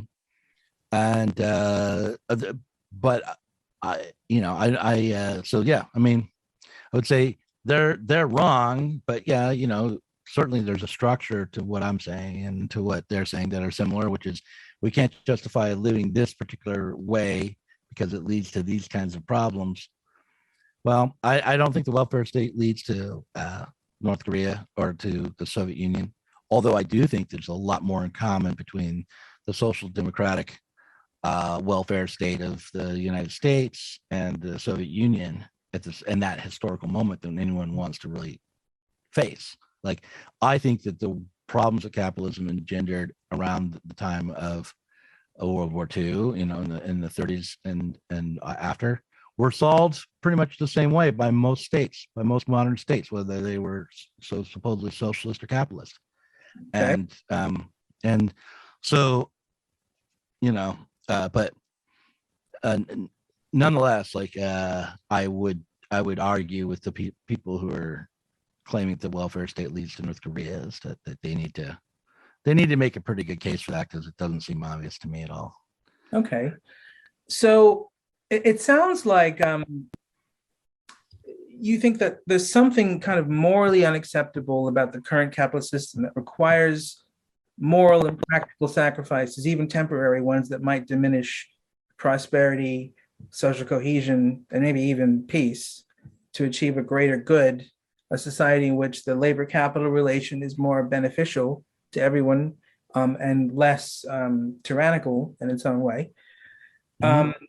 What would you say to the critic who says, if there's one thing history tells us, it's that whenever you abandon liberal values, you tend to get massive decreases in peace, prosperity, social cohesion. Well, what do you mean by liberal values? And why would you charge me with abandoning them?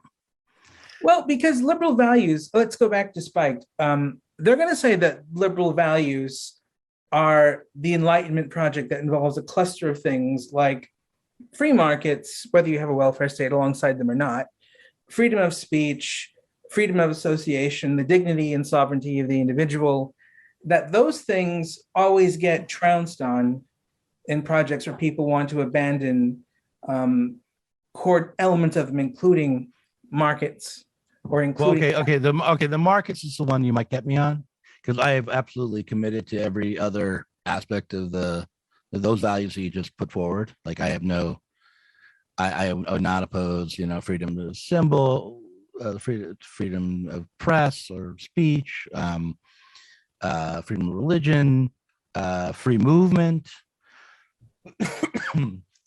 free markets. Okay.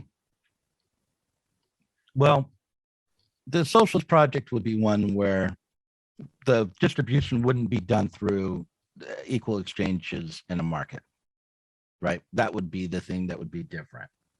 That is definitely breaking from classical liberalism or the limits of bourgeois society. And yeah, there's a difference. That is the difference between. It's not just about markets, though. It's also what I would point out is it's those markets were set up through a class system. So if you want to justify free markets, and the freedom of the markets isn't the problem, right? That's not the difficulty, whether or not they're regulated by the state or not. It's not the issue. The issue is, are you exchanging commodities based on the exploitation of labor in the way that Marx described or not?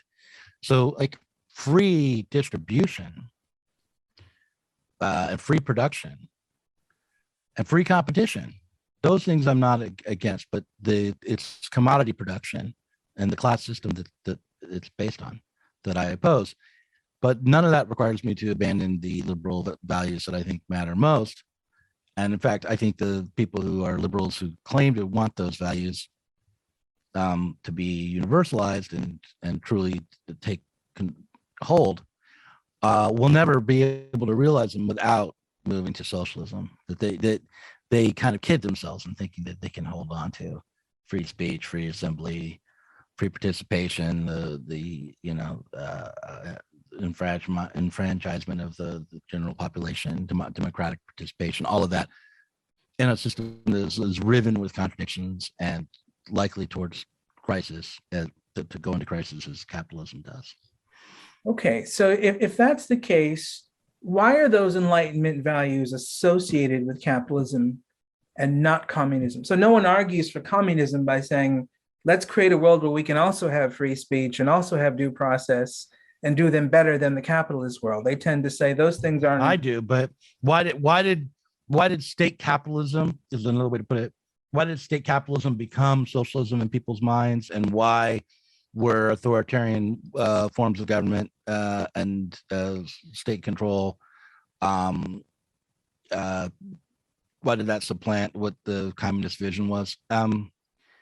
It's complicated. It has to do with a long history of socialist struggle not quite succeeding. I mean, like, for example, in the Soviet Union, even Lenin and Stalin would have admitted that what they were creating was capitalism there and not socialism,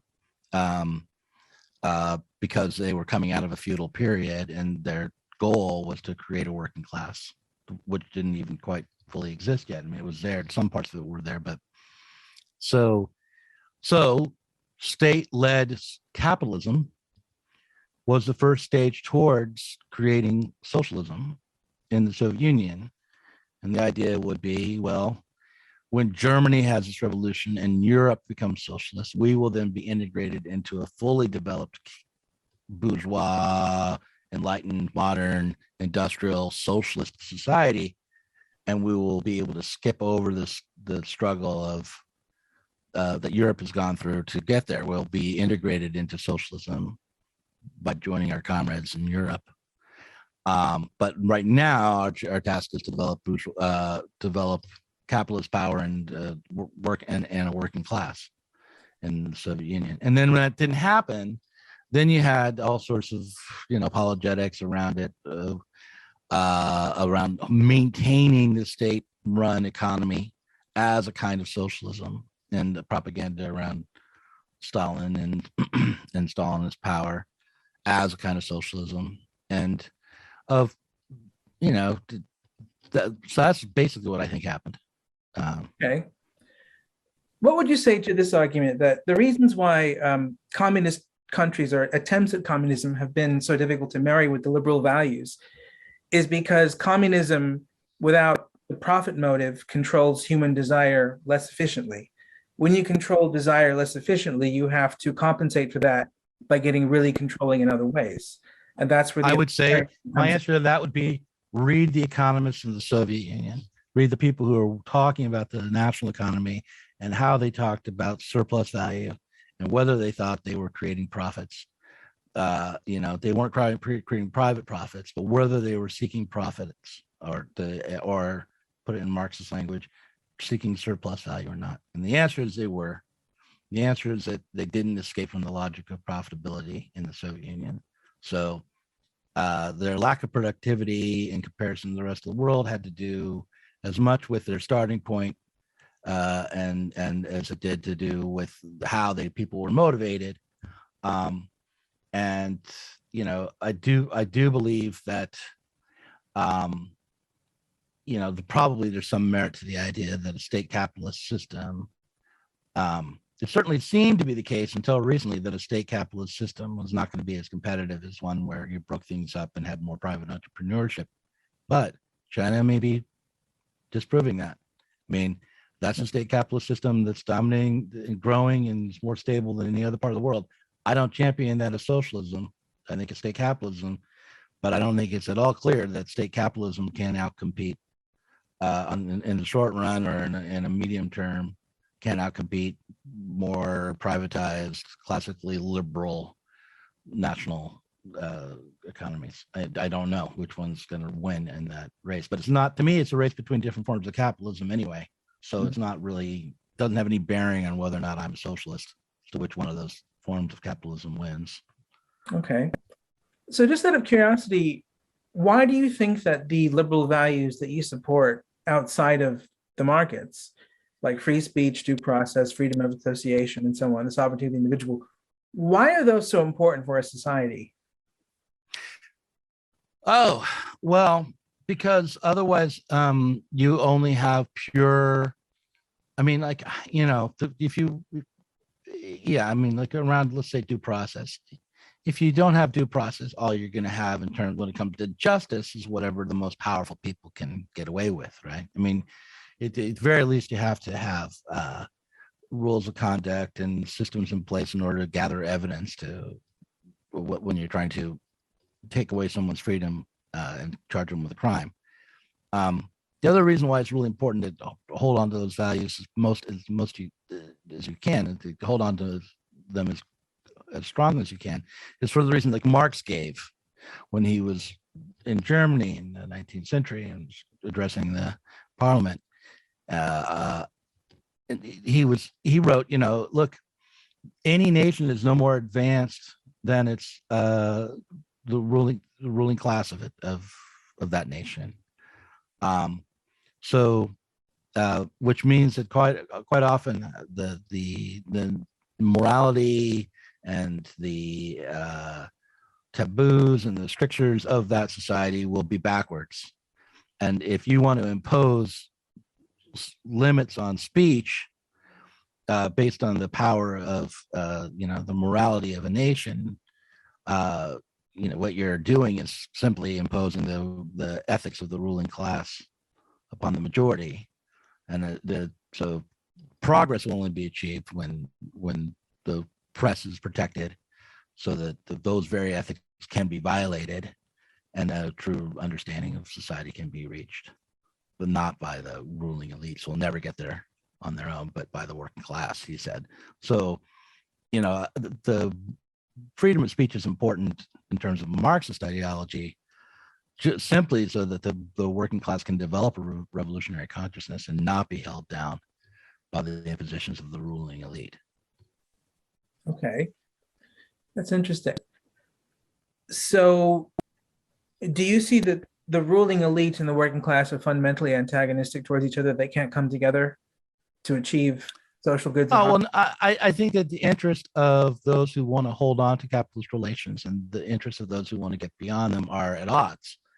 Does that mean that people who own factories can never have the same values around, say, something like due process as a working class person, or that no one who owns a factory or thinks that capitalism is the end all be all of history could ever champion free speech and be a good advocate for it in a political struggle? No, absolutely. I think that you can, on that basis, make partnerships with people who are not in the same class as you. But when it comes to the ultimate class struggle, you're going to have to expect that people who aren't socialists will not join your struggle unless they change their affiliation.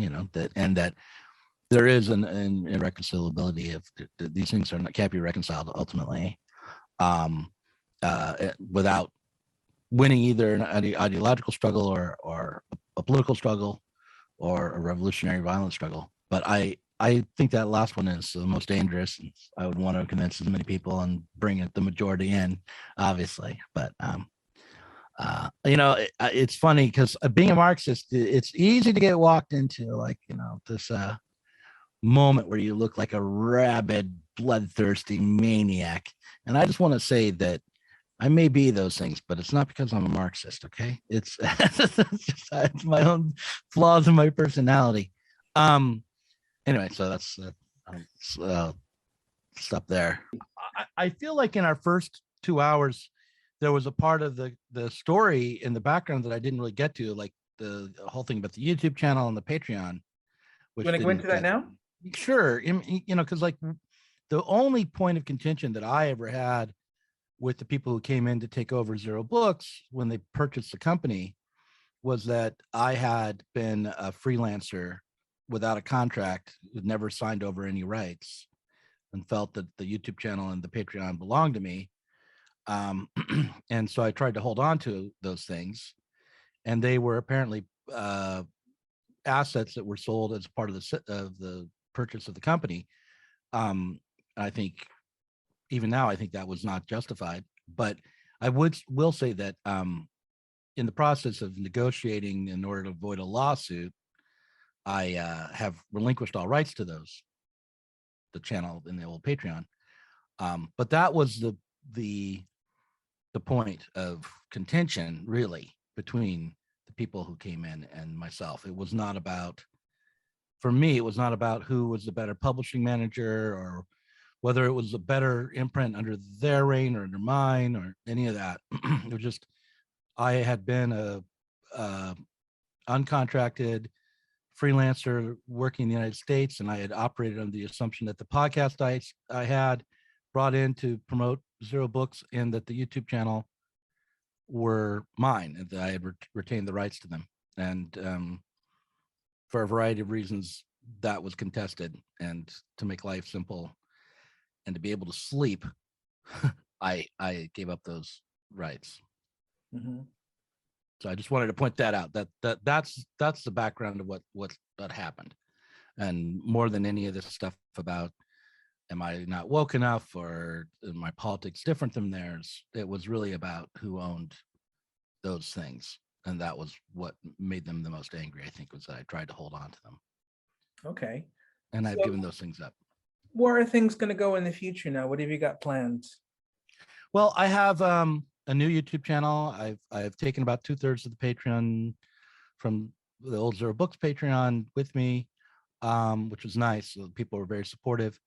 I've got a team of people around me. I've got some potential investors. We got 6 authors lined up.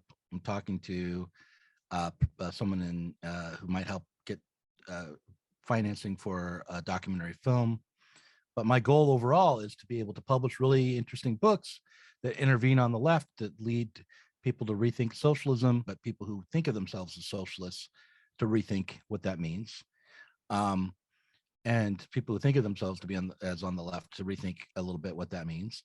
And then to create, interesting podcasts, videos, short documentaries, feature-length documentaries, and maybe even some narrative films eventually, as part of the project. I'm a novelist, so I'm always looking for a way to meet my need to create stories. I haven't written a fictional work, I guess, in 3 years now, and I'd like to get back to doing that occasionally. So that would be part of what I would want to do.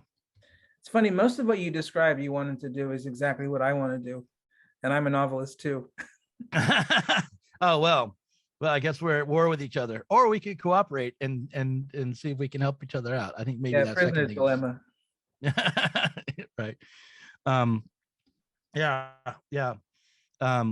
It's exactly. I mean, I think it's a viable way to go, by the way, to do what you're doing, to create podcasts and a YouTube channel and interview people and have interesting conversations and build up interest around you based on that. And then also do your own creative work. Yeah. I think that all can be use the blended former together. use the former to help finance the latter. Right. Yeah. Although I found that over time, the little documentary montage films that I would make on YouTube were actually helping to fund and promote the books that we published.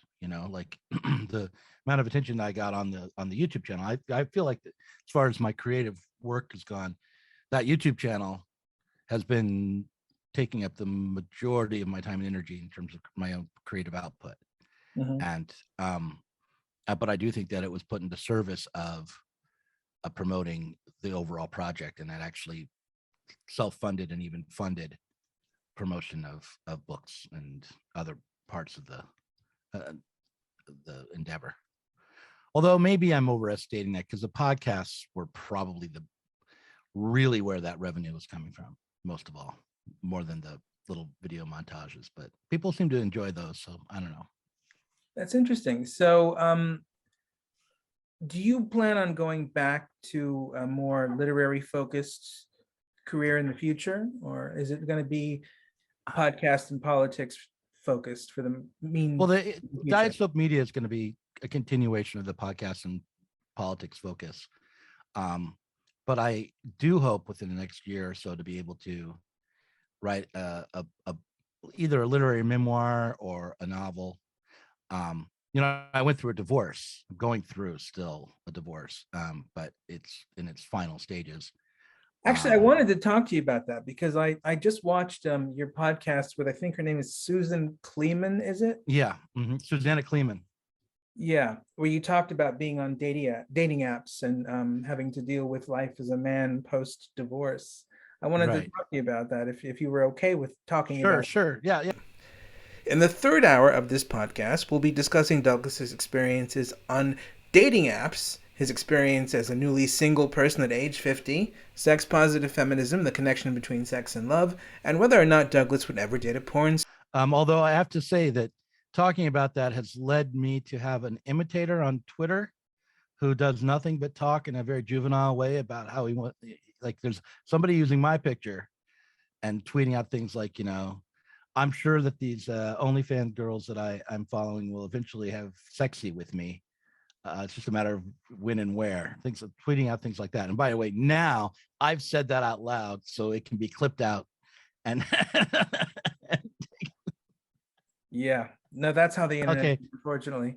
Yeah, but the point is, like, I do think that talking in public on these podcasts as someone who's somewhat known leads me to be perhaps a little more vulnerable to personal attacks than it would be if I never talked about those things, right?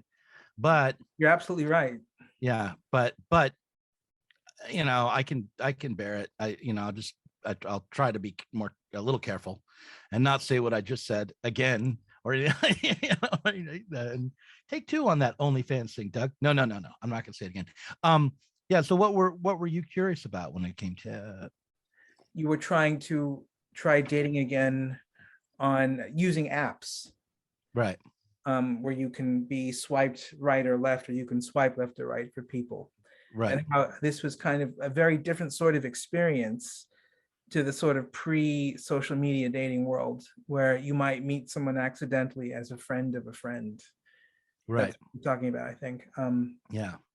And I was just finding all that really fascinating. So first of all, I wanted to ask you, have you found some better dates since then on the apps? I've had, I think, I'm going to say at this point, 2 relationships that came out of dating through the apps that I would say go beyond the level of alienation and judgment that I was complaining about. Right. Although I would say in both cases, I found it or am finding it difficult to be at the beginning stages of a relationship after having been married for 26 years. So the uncertainty I think that I experience now is not really based on the dating through apps, but just trying to start a relationship with a woman from scratch, as starting out as relative strangers. It's difficult. Yeah, you mentioned that, how it's really difficult to become a single person after decades of not being one, right? Right. Mm-hmm. Yeah. It does not how I think of myself still. Yeah, I still think of myself as kind of part of a couple that just half of it's gone now. but no, I know. yeah. It must be. I mean, I have a lot of empathy for you in this situation because I'm not in this situation, but my wife is 20 years older than me. Mhm. So in all likelihood, at some point, I will be in my Right. elder years. Right. So I'm not looking forward to that, but I'll cope. Um, and I remember what it was like to be single when I was really young before I met her. Mhm. And I found being single absolutely awful. Yeah, It's much nicer being in a relationship than it is to be single. I agree. Which is why I'm swiping right so much, is why I'm out there dating. It's because I don't like being alone that much. So yeah, I mean that's true. It's better to be in a relationship. Um, So one of the things that you described in that previous podcast with Susan that I saw is how operating with the dating app, it felt like you were sort of at an alienated removal from the normal courtship process. And right. on the one hand, sort of looking at women as commodities, not just as physical commodities, but as emotional commodities. Like, is she rude? Yeah. Is she a pain in the ass in this way? But Right. you're Right. also hyper conscious of being viewed as a commodity yourself. Right. Am I good looking enough? Am I charismatic enough? Am I emotionally intelligent enough? Blah blah blah. Right. And it creates this sense of anxiety, which in a way might be worse than if you'd never had the app at all. What do you think? Well, I mean, I think that it wouldn't be, I think that on one hand, the anxiety you're talking about is made worse by the app. But on the other hand, the major anxiety that you face at the beginning of a date is, does this person find me attractive at all? Is this person at all interested? That's already been overcome. Yeah. Right. So at least you can walk into a date that you get through one of these apps with that level of confidence. I mean, as long as you haven't faked how you look in the pictures, right? If you put someone else's face up, then now you're going to be in trouble. But if you basically look like you do in the pictures, and you're going to be okay on that level. And then, so yeah, so I think that that anxiety about, am I doing well, being perceived well, am I the commodity they want, can't really be separated out from how you feel about them, or how they're doing as a commodity. Because not only is it like a question of how do you view them, are they a pain in the ass, are they attractive enough, but also what are they wanting from you, how are they judging you. That's going to feed into whether or not they're a pain in the ass. What do they want? what are their criteria? Are those reasonable criteria? Can you make out what they are? Are they open enough to be transparent about that? Or are they hiding what they want? All that is like something that I try to figure out. Well, not even like consciously making the effort, but just nonetheless end up trying to figure out within like the first 10 minutes of a date through one of these apps. Yeah. And I decide pretty early on whether or not I'm going to pursue anything more with the person, within the first 10 to 15 minutes as well, for the most part. And without ever accepting or really facing that I'm doing that either until later. Right. But I'll know like within the 10 to 15 minutes whether or not I want to see this woman again. But then I'll probably end up saying, well, let's get together again, and then just never text her. It's terrible. I'm terrible that way. That's sort of the politeness kicks in. Yeah. Well, everyone is terrible in that way when you're single, from what I remember. Yeah. It's a weird experience though. When you're trying to get in a relationship and seeing people that way. I think one of the things that Susan was talking about in the podcast that I watched, she said it's much, well, at least she was implying it's much better to have a kind of messy interaction with people that you don't have when everyone is a consumer product on an app. Right. And I'm thinking, well, what does she mean by the mess? Maybe what she means by the mess is when we get in relationships and we're not trying to date, we're not on any app, in my experience at least, it tends to go much better. Like, I met my wife by accident. I was not thinking about a relationship. She was in England, I was in Los Angeles. She was just an instant message buddy. I was actually trying to date somebody else while I met her, and I fell in love with her by total accident. And Right. it seems like the mess maybe that Susan is referring to is the fact that when we try and get in relationships and try and look at potential partners as like being in some kind of a job interview on a date, it's a much more difficult way to start something than to let an accident happen where romance kind of naturally blossoms. What do you think about that? Well, I think that's somewhat true. um, that's been my experience. Sort of. There's like I said, there's a couple of different, like, two women that I would say I've actually had. I mean, there's a few others too, but two that at least right now, like, I consider to have like some sort of relationship with or started something with. One of them is in LA. I'm in Portland, and uh, the reason that happened was partly because that distance was there, so we neither one of us were taking it seriously that we were entering into any kind of relationship when we first started talking. Mhm. And now I would say the flip side of that is because she's in LA, it doesn't look like we're going to be in a relationship for any in any serious way. Even though I've seen her and visited her once, but it doesn't look like it's actually ultimately going to work out. But who knows? But yeah, so that distance, the fact that you didn't enter into it is with a lot of I didn't enter into it with a lot of expectations. She didn't either. Probably created the freedom to be more intimate than we would have been if we'd been going through that anxious ritual of judging and weighing and all of Yeah. that. So do you think as a male, as a man who is, I think 50 from what I've read, Yeah, I'm 50. Yeah. is it easier for you, do you think, to be single and dating than it is for a woman because you're older, you're more established, you have a lot of the things that men who are younger complain that they don't have, like status and a Well, career? I tell you what, I thought so, and then I, lost this gig at GHP, and for a moment I worried. It's like, oh, now I'm really screwed. But now I feel like, okay, if I get my business off back together, I can date again.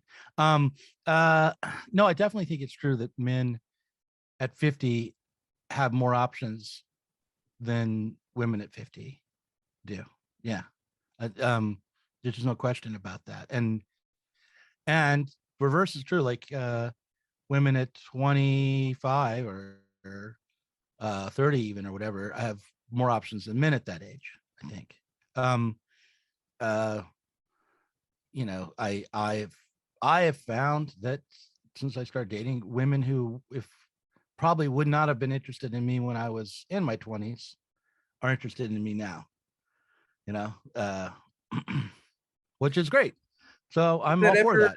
does that ever make you feel resentful? Like the person who says, well, I didn't want to date you before when you were fat, but now that you've lost weight, let's go on a date. Does it ever make you feel like, you just like me because of my status? You don't like me for me. Oh, well, they didn't know me then, right? So I'm just inventing this reality where they wouldn't have dated me in the past. So Okay. I can't really hold them responsible for my imagination. But do I resent them for that? No, not really. Uh I I just chalk it up to there is some sort of, power imbalance involved in sexual relationships, And it so seems to go that's both in both directions. So women yeah, have it's power. different at different times, and you know and so I happen to be at a brief moment where when I entered the dating pool, I'm not that disadvantaged, although I think it's easy to overstate how well how what the advantages I might have would be, because I talk to women who think that they're not getting much attention on these apps, and it turns out they're getting like 3 to 4 times as many matches as I am. Like, like women are much more selective in general, Mhm. I think, and they can have hundreds and hundreds of options and feel like they have none.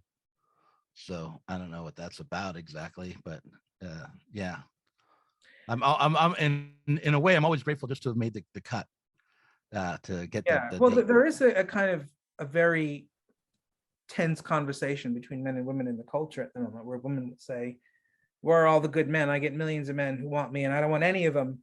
And then the men will say, "At least you get somebody. I don't have anybody who wants me." Right. I mean, I has not been my problem so far. I worry that it might become my problem, but here's a funny thing. When I first started dating, I was still pretty much hung up on my ex. I was just doing it as a way to sort of, at first, like maybe I'll make her jealous, or then later it was just maybe I can get through my day if I have a little attention from a woman, and it will make me feel better. But I was never really like I was not.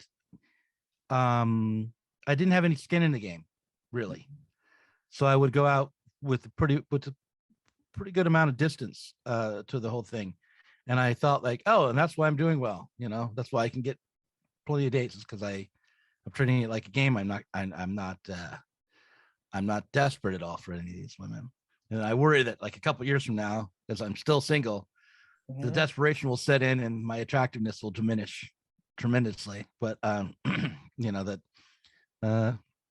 when I actually care about it, I won't be able to attract anyone. I worry about that, but that's just my neurosis. I think probably I'm self-sabotaging there with that kind of thinking.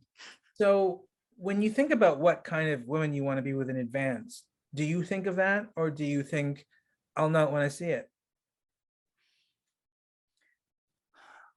No, I don't have specifications. Like I don't have even like physical types, really. Although for a while, no, I'm not going to say that. That's locker room talk. Now people can use their imagination, make it much worse than what I was actually going to say. No, I don't have anything set up ahead of time, but I do think that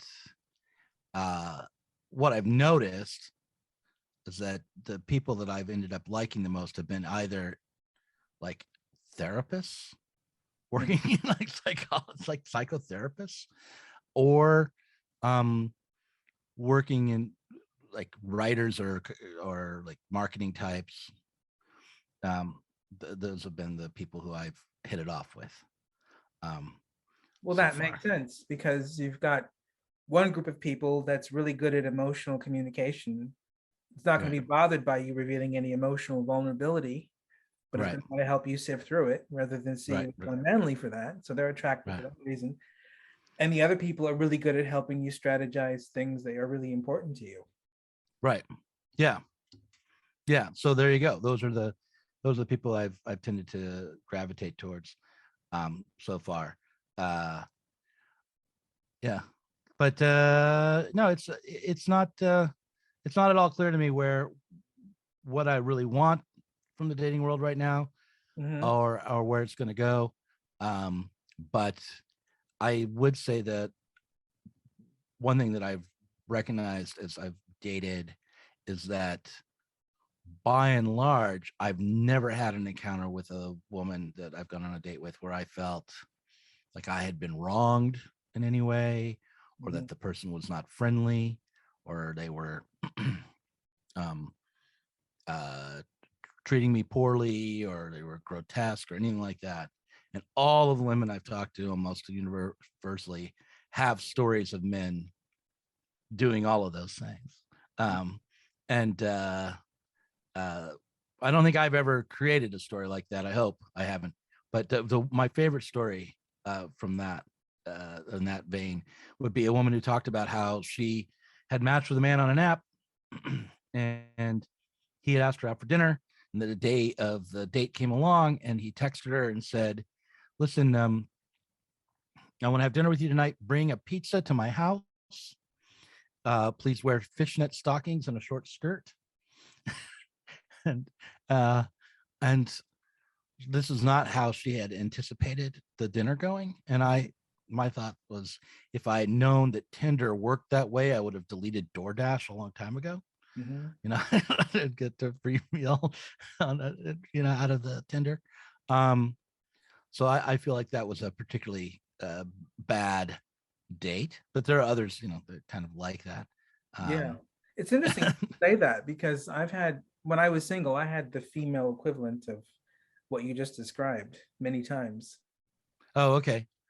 Yeah. Well, I guess I got lucky that way. Yeah, I had a woman I went on a date with once who told me that she was going to take medication for a performance art piece that she was doing in a few minutes. And she was going to try and induce a psychotic episode on herself because of a piece she was doing with somebody else who was also taking her medication in another city on identity.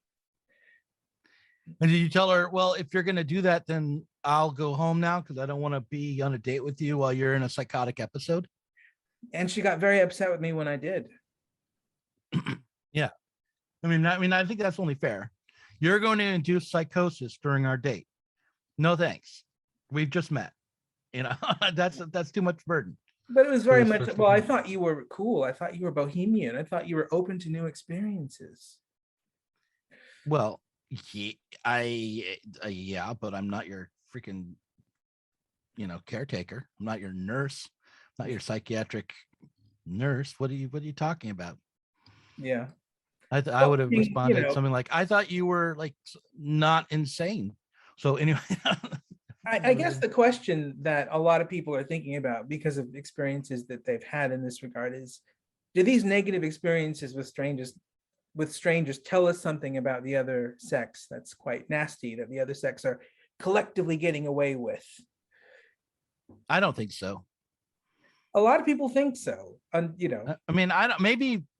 feel that I've learned anything about women where I feel like, oh, they're getting away with something at all as I've dated. I don't feel that way. I feel like I've met a lot of interesting and nice women. And I've tried not to be a jerk for the most part, and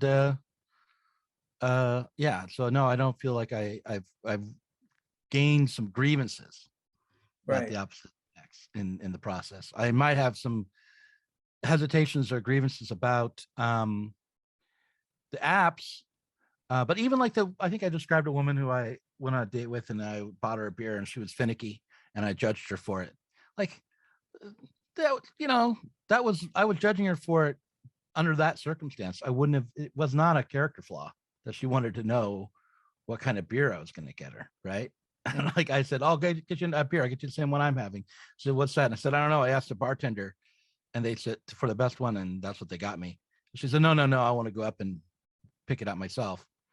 And at that moment, I was like, oh, she's high maintenance. It's like, yeah, I wouldn't have thought that in any other context than a blind date through an app, And so like, do I think that her decision to not just let me buy a beer at random, one, was wrong? No, not necessarily. And two, somehow demonstrate something about the opposite sex? No. But I also don't feel guilty for having that moment of judgment either. Like, I don't know. These things are complicated. Do you think that there is a kind of a weird sort of double standard at play in a lot of these gender discussions where if women talk about their horrible experiences with men, it's supposed to be telling us as a society something about men generally, whereas if men talk about horrible experiences with women, it doesn't tell us anything about society. It just tells us about that woman. I probably, yeah, but I mean, I tend to think two things. Yes, I do think that probably there are ways in which you could generalize, like from something like your experience, probably not about all women, but maybe about all women in a certain city of a certain age or demographic. Performance artists? Yeah, like performance artists. Yeah, like, yeah, don't date them. Like, probably a bad idea to date a performance artist. At least any performance artist under 35, don't date them. But I also feel like by and large, women have more difficulties with men, especially around romance and dating, than vice versa. That interesting. I just because I think men are driven to be with women in a way that is not quite reciprocal. That Like, I think I think women's sexuality is a commodity and is highly sought after in a way that male sexuality is not. And that puts certain kinds of burdens on women and gives them certain kinds of advantages as well. And so the dynamic is just really different going from men to women and vice versa. Um, you know, that's got to be in any realistic approach to dating. You have to keep that in mind. Like I know I like in the earlier part I quoted Woody Allen. I'm going to quote Louis C.K. These are bad people to quote, but nonetheless, Louis C.K. has a joke about how he doesn't understand how women would ever accept a proposal of a date from a strange man they just met, because the possibility of that their safety would be compromised is astronomical, or at least it's there in a realistic way. So he thinks straight women who date men are brave, or something along those lines. And I kind of see that. I mean, although I don't think the women who dated me were being particularly brave in doing so, but yeah, I suppose I'm a kind of feminist, a reluctant feminist about these things. Like, I do think women have a little bit of a rougher time, especially in the dating world. In so much as that they have to fend off amorous pursuits from people they're not that interested in, ultimately. Yeah, more often than men do. Do you ever worry that the appearance of this, which seems like common sense these days, is due to the fact that men are socialized to not complain about women and to not see women as in any way representative of their worst experiences with women, whereas women are socialized these days to do the exact opposite of that? I guess, if that's true, and I guess that's possible, I think that's possible. But if that's true, the remedy would be for women to stop generalizing about men from their worst experiences, and not for men to start generalizing about women from their worst experiences. I think, I think overall, it's, everything, these bad encounters should be understood as particular bad encounters and not generalizable for the most part, Another interesting thing that you guys talked about, you and Susan, that I wanted to ask you about was, she seemed to bring up sexual promiscuity in women a lot in the conversation. Yeah. And I was almost wondering, like, is she saying this because she wants you to say, I would date a porn star? Is she trying to get you to go there? So I don't remember that being induced to say that kind of thing.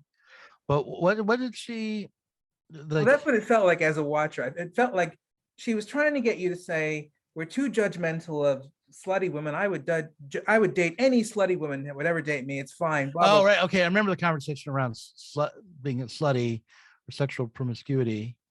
And what I said was that the reason women are judged based on their sexual promiscuity is not because they're being judged for their sexual appetites so much as being obvious about and using their sexuality in a crass way.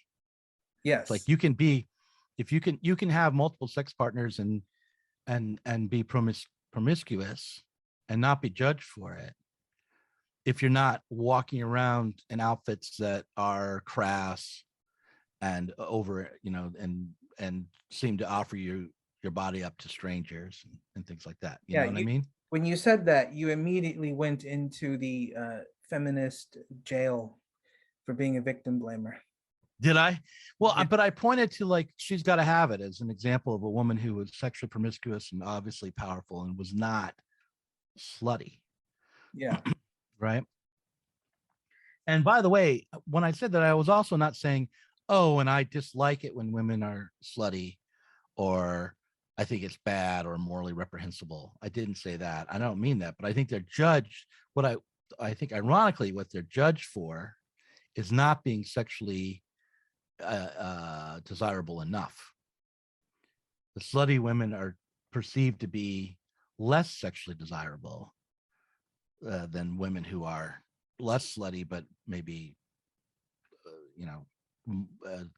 promiscuous or not, because the woman who presents herself in a slutty way is trying to overcompensate, like compensate for a lack of just a generalized sex appeal. I think that's what I said in the podcast. I don't know. Maybe that's all very being. Maybe I should be canceled for that. I don't know. Well, I was thinking that there was, in that conversation, there was sort of an elephant in the room. And I don't know if maybe you hadn't thought of it at the time or if you have a view about it, but it seems to me that the elephant in the room with sexually promiscuous women is not that men have a problem with them, it's that women have a problem with them. Oh, well, yeah. No, you know what? That's right. I like sexually promiscuous women, and I like women who dress up like sluts. I think they're great. But they get judged by other women, I think, for the most part, and along the lines that I mentioned, not for not having high enough value. Yeah, I was trying to think, put myself in the headspace of a normal non-promiscuous woman to think, why would she be threatened by a promiscuous woman?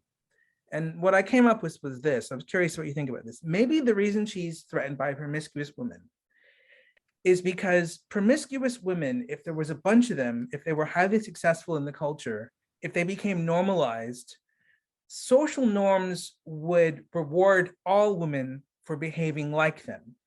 And if social norms rewarded all women for behaving like promiscuous women, you would get social norms like, instead of offering the man a cup of tea to make him feel welcome in her home, the female stranger offers him a blowjob or something like that.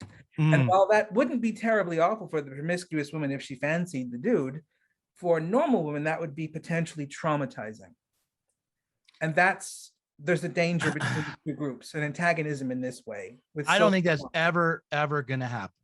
I don't think that, and I don't think that that's the fear that women have about this. Because I think you underestimate the sexual value and the power that women have when you suggest such a thing. I think, look, I'm going to just be like, I think a world in which a man would greet a woman by offering her sexual favors would be a world that most men would embrace. And a world in which most women offered men sexual favors as a greeting would be a world that most women would reject. And for obvious reasons. And it doesn't have to do, it just has to do with the consequences of sex for women. And the basis of social power around sex that women have. And in this way, maybe I'm a conservative in so much as like, I don't necessarily want to see that change. Like, I don't think we'd be in a better situation for if women had less power and control of the sexual arena. And I don't think we'd be in a better place if people were more promiscuous around that, or even if they were less hypocritical around it. Do you think that the reason that exists is because divorcing sex from intimacy and love for most women is potentially traumatizing? The sexually promiscuous woman is an exception to that.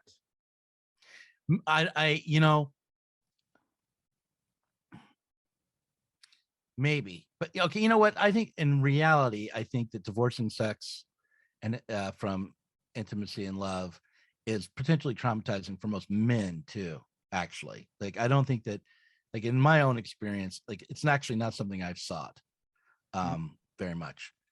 We would like to pretend that we would seek that out, maybe, but in reality, I think most human beings, if they do end up in a sexual encounter without intimacy being built up, will end up feeling love and affection regardless.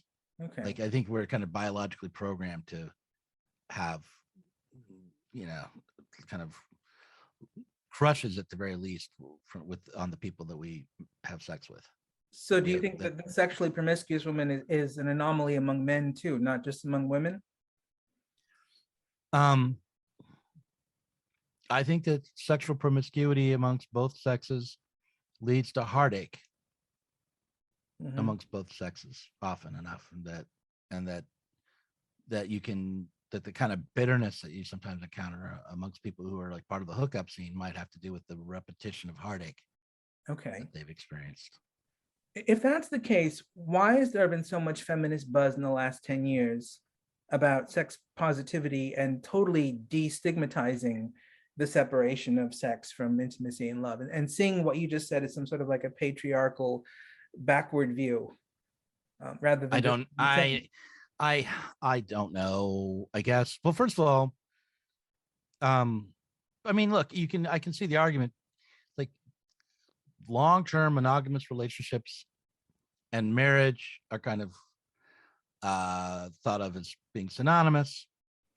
Those kinds of relationships have a history of being patriarchal. Mhm. The struggle for women to be independent financially, and the struggle for them to be independent emotionally are not completely separated out.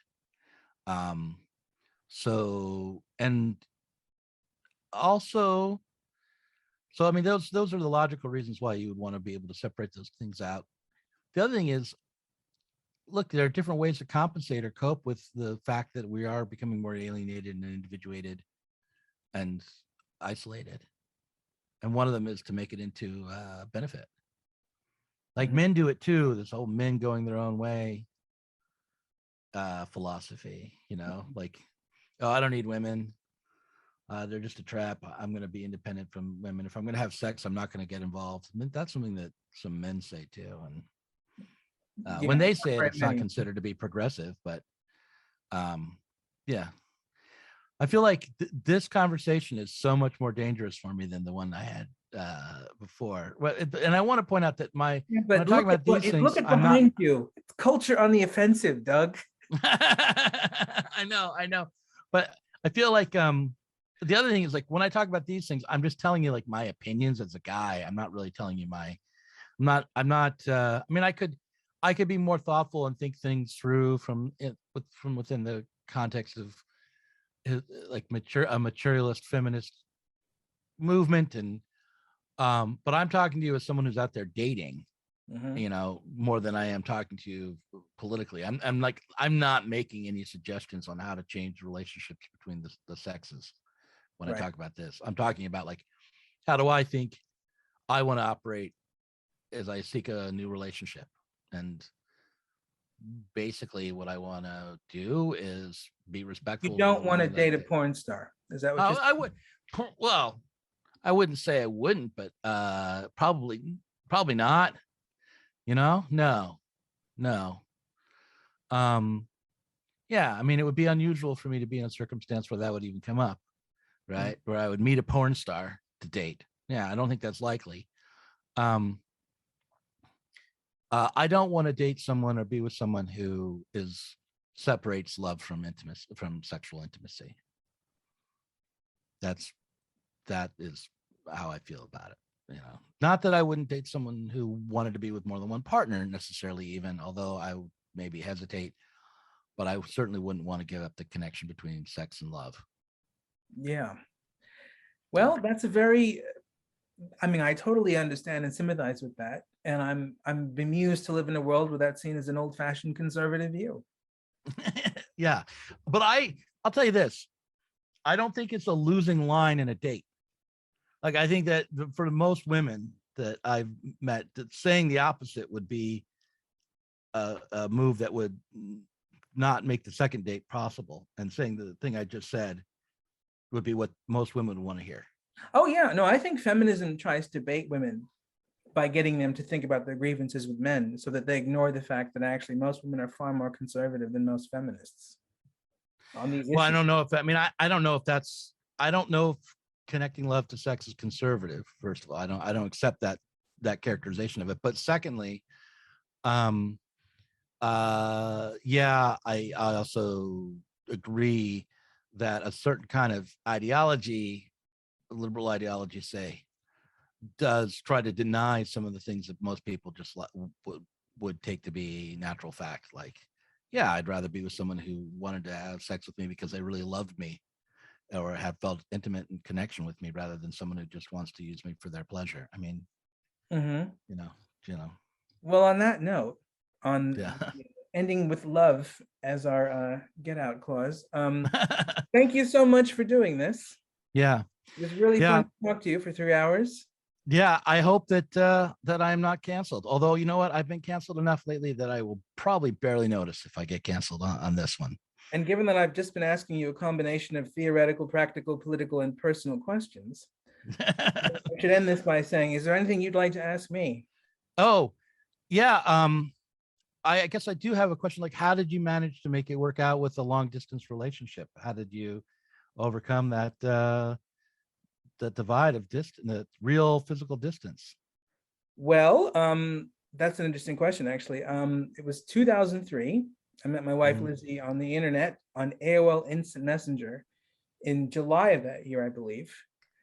Or at least we fell in love in July. I may have been talking to her as early as May. But we decided that we were going to do visits where she would come to me and spend a couple of weeks with me in LA, and then I would spend a couple of weeks with her in England until I could get a chance to do my master's in England, in which case we could live together. But that didn't happen for 2 years. I didn't move to England till 2005. But it was actually weirdly a good start for our relationship. It was good being long distance and then being around each other all the time, because I think it made us really appreciate being able to be together. Did having you all those did obstacles. you go there and see her before you moved there? Yeah. Yeah. Okay. No, I fell in love with this country a year after I fell in love with her. Mhm. And it was a really amazing experience to live in a place where everyone was so educated and intellectual, and there was so much culture everywhere, and everyone was so friendly, and they knew everything about America, but I knew nothing about English people or English culture or English TV or anything. It was a weird experience, because it wasn't like going to France where they would know about France but not much about America apart from the movies. Whereas in England, they knew everything about American politics, American culture, American sitcoms, you name it, American slang, whereas I knew nothing about England. Yeah. Yeah. Well, you know something about it now, I bet. Well, 18 years later, having become a British citizen, I know it very well. And I can write English characters, which is something that took me many years to be able to do, having Right. lived here. But yeah, the answer is the way that we made it work was we used the obstacle as a psychological motivation to make us appreciate being able to eventually come together. Yeah. And the fact that I had to work so hard with visas to stay every few years and pay all this exorbitant fees to be able to keep being with her made being with her feel like a huge, wonderful achievement rather Right. than something that just came easy because she was my next door neighbor. Right. Right. Right. Well, I'll taking that all in and thinking it over. And thanks again for the conversation. And I suppose I should take a look at my calendar and see what's next on my agenda for the day. But I'll talk to you again soon. This is Greg Scorzo, and that was the Culture on the Offensive podcast. If you like this podcast, don't forget to hit the subscribe button. And if you're interested in any of the other things that we do at Coda Publishing, check us out at www.cultureontheoffensive.com. So stay safe, be courageous, and don't forget to go outside of your comfort zone. And remember, when you hear things that sound wrong or silly or stupid or strange, don't forget to use empathy, clarity, and courage.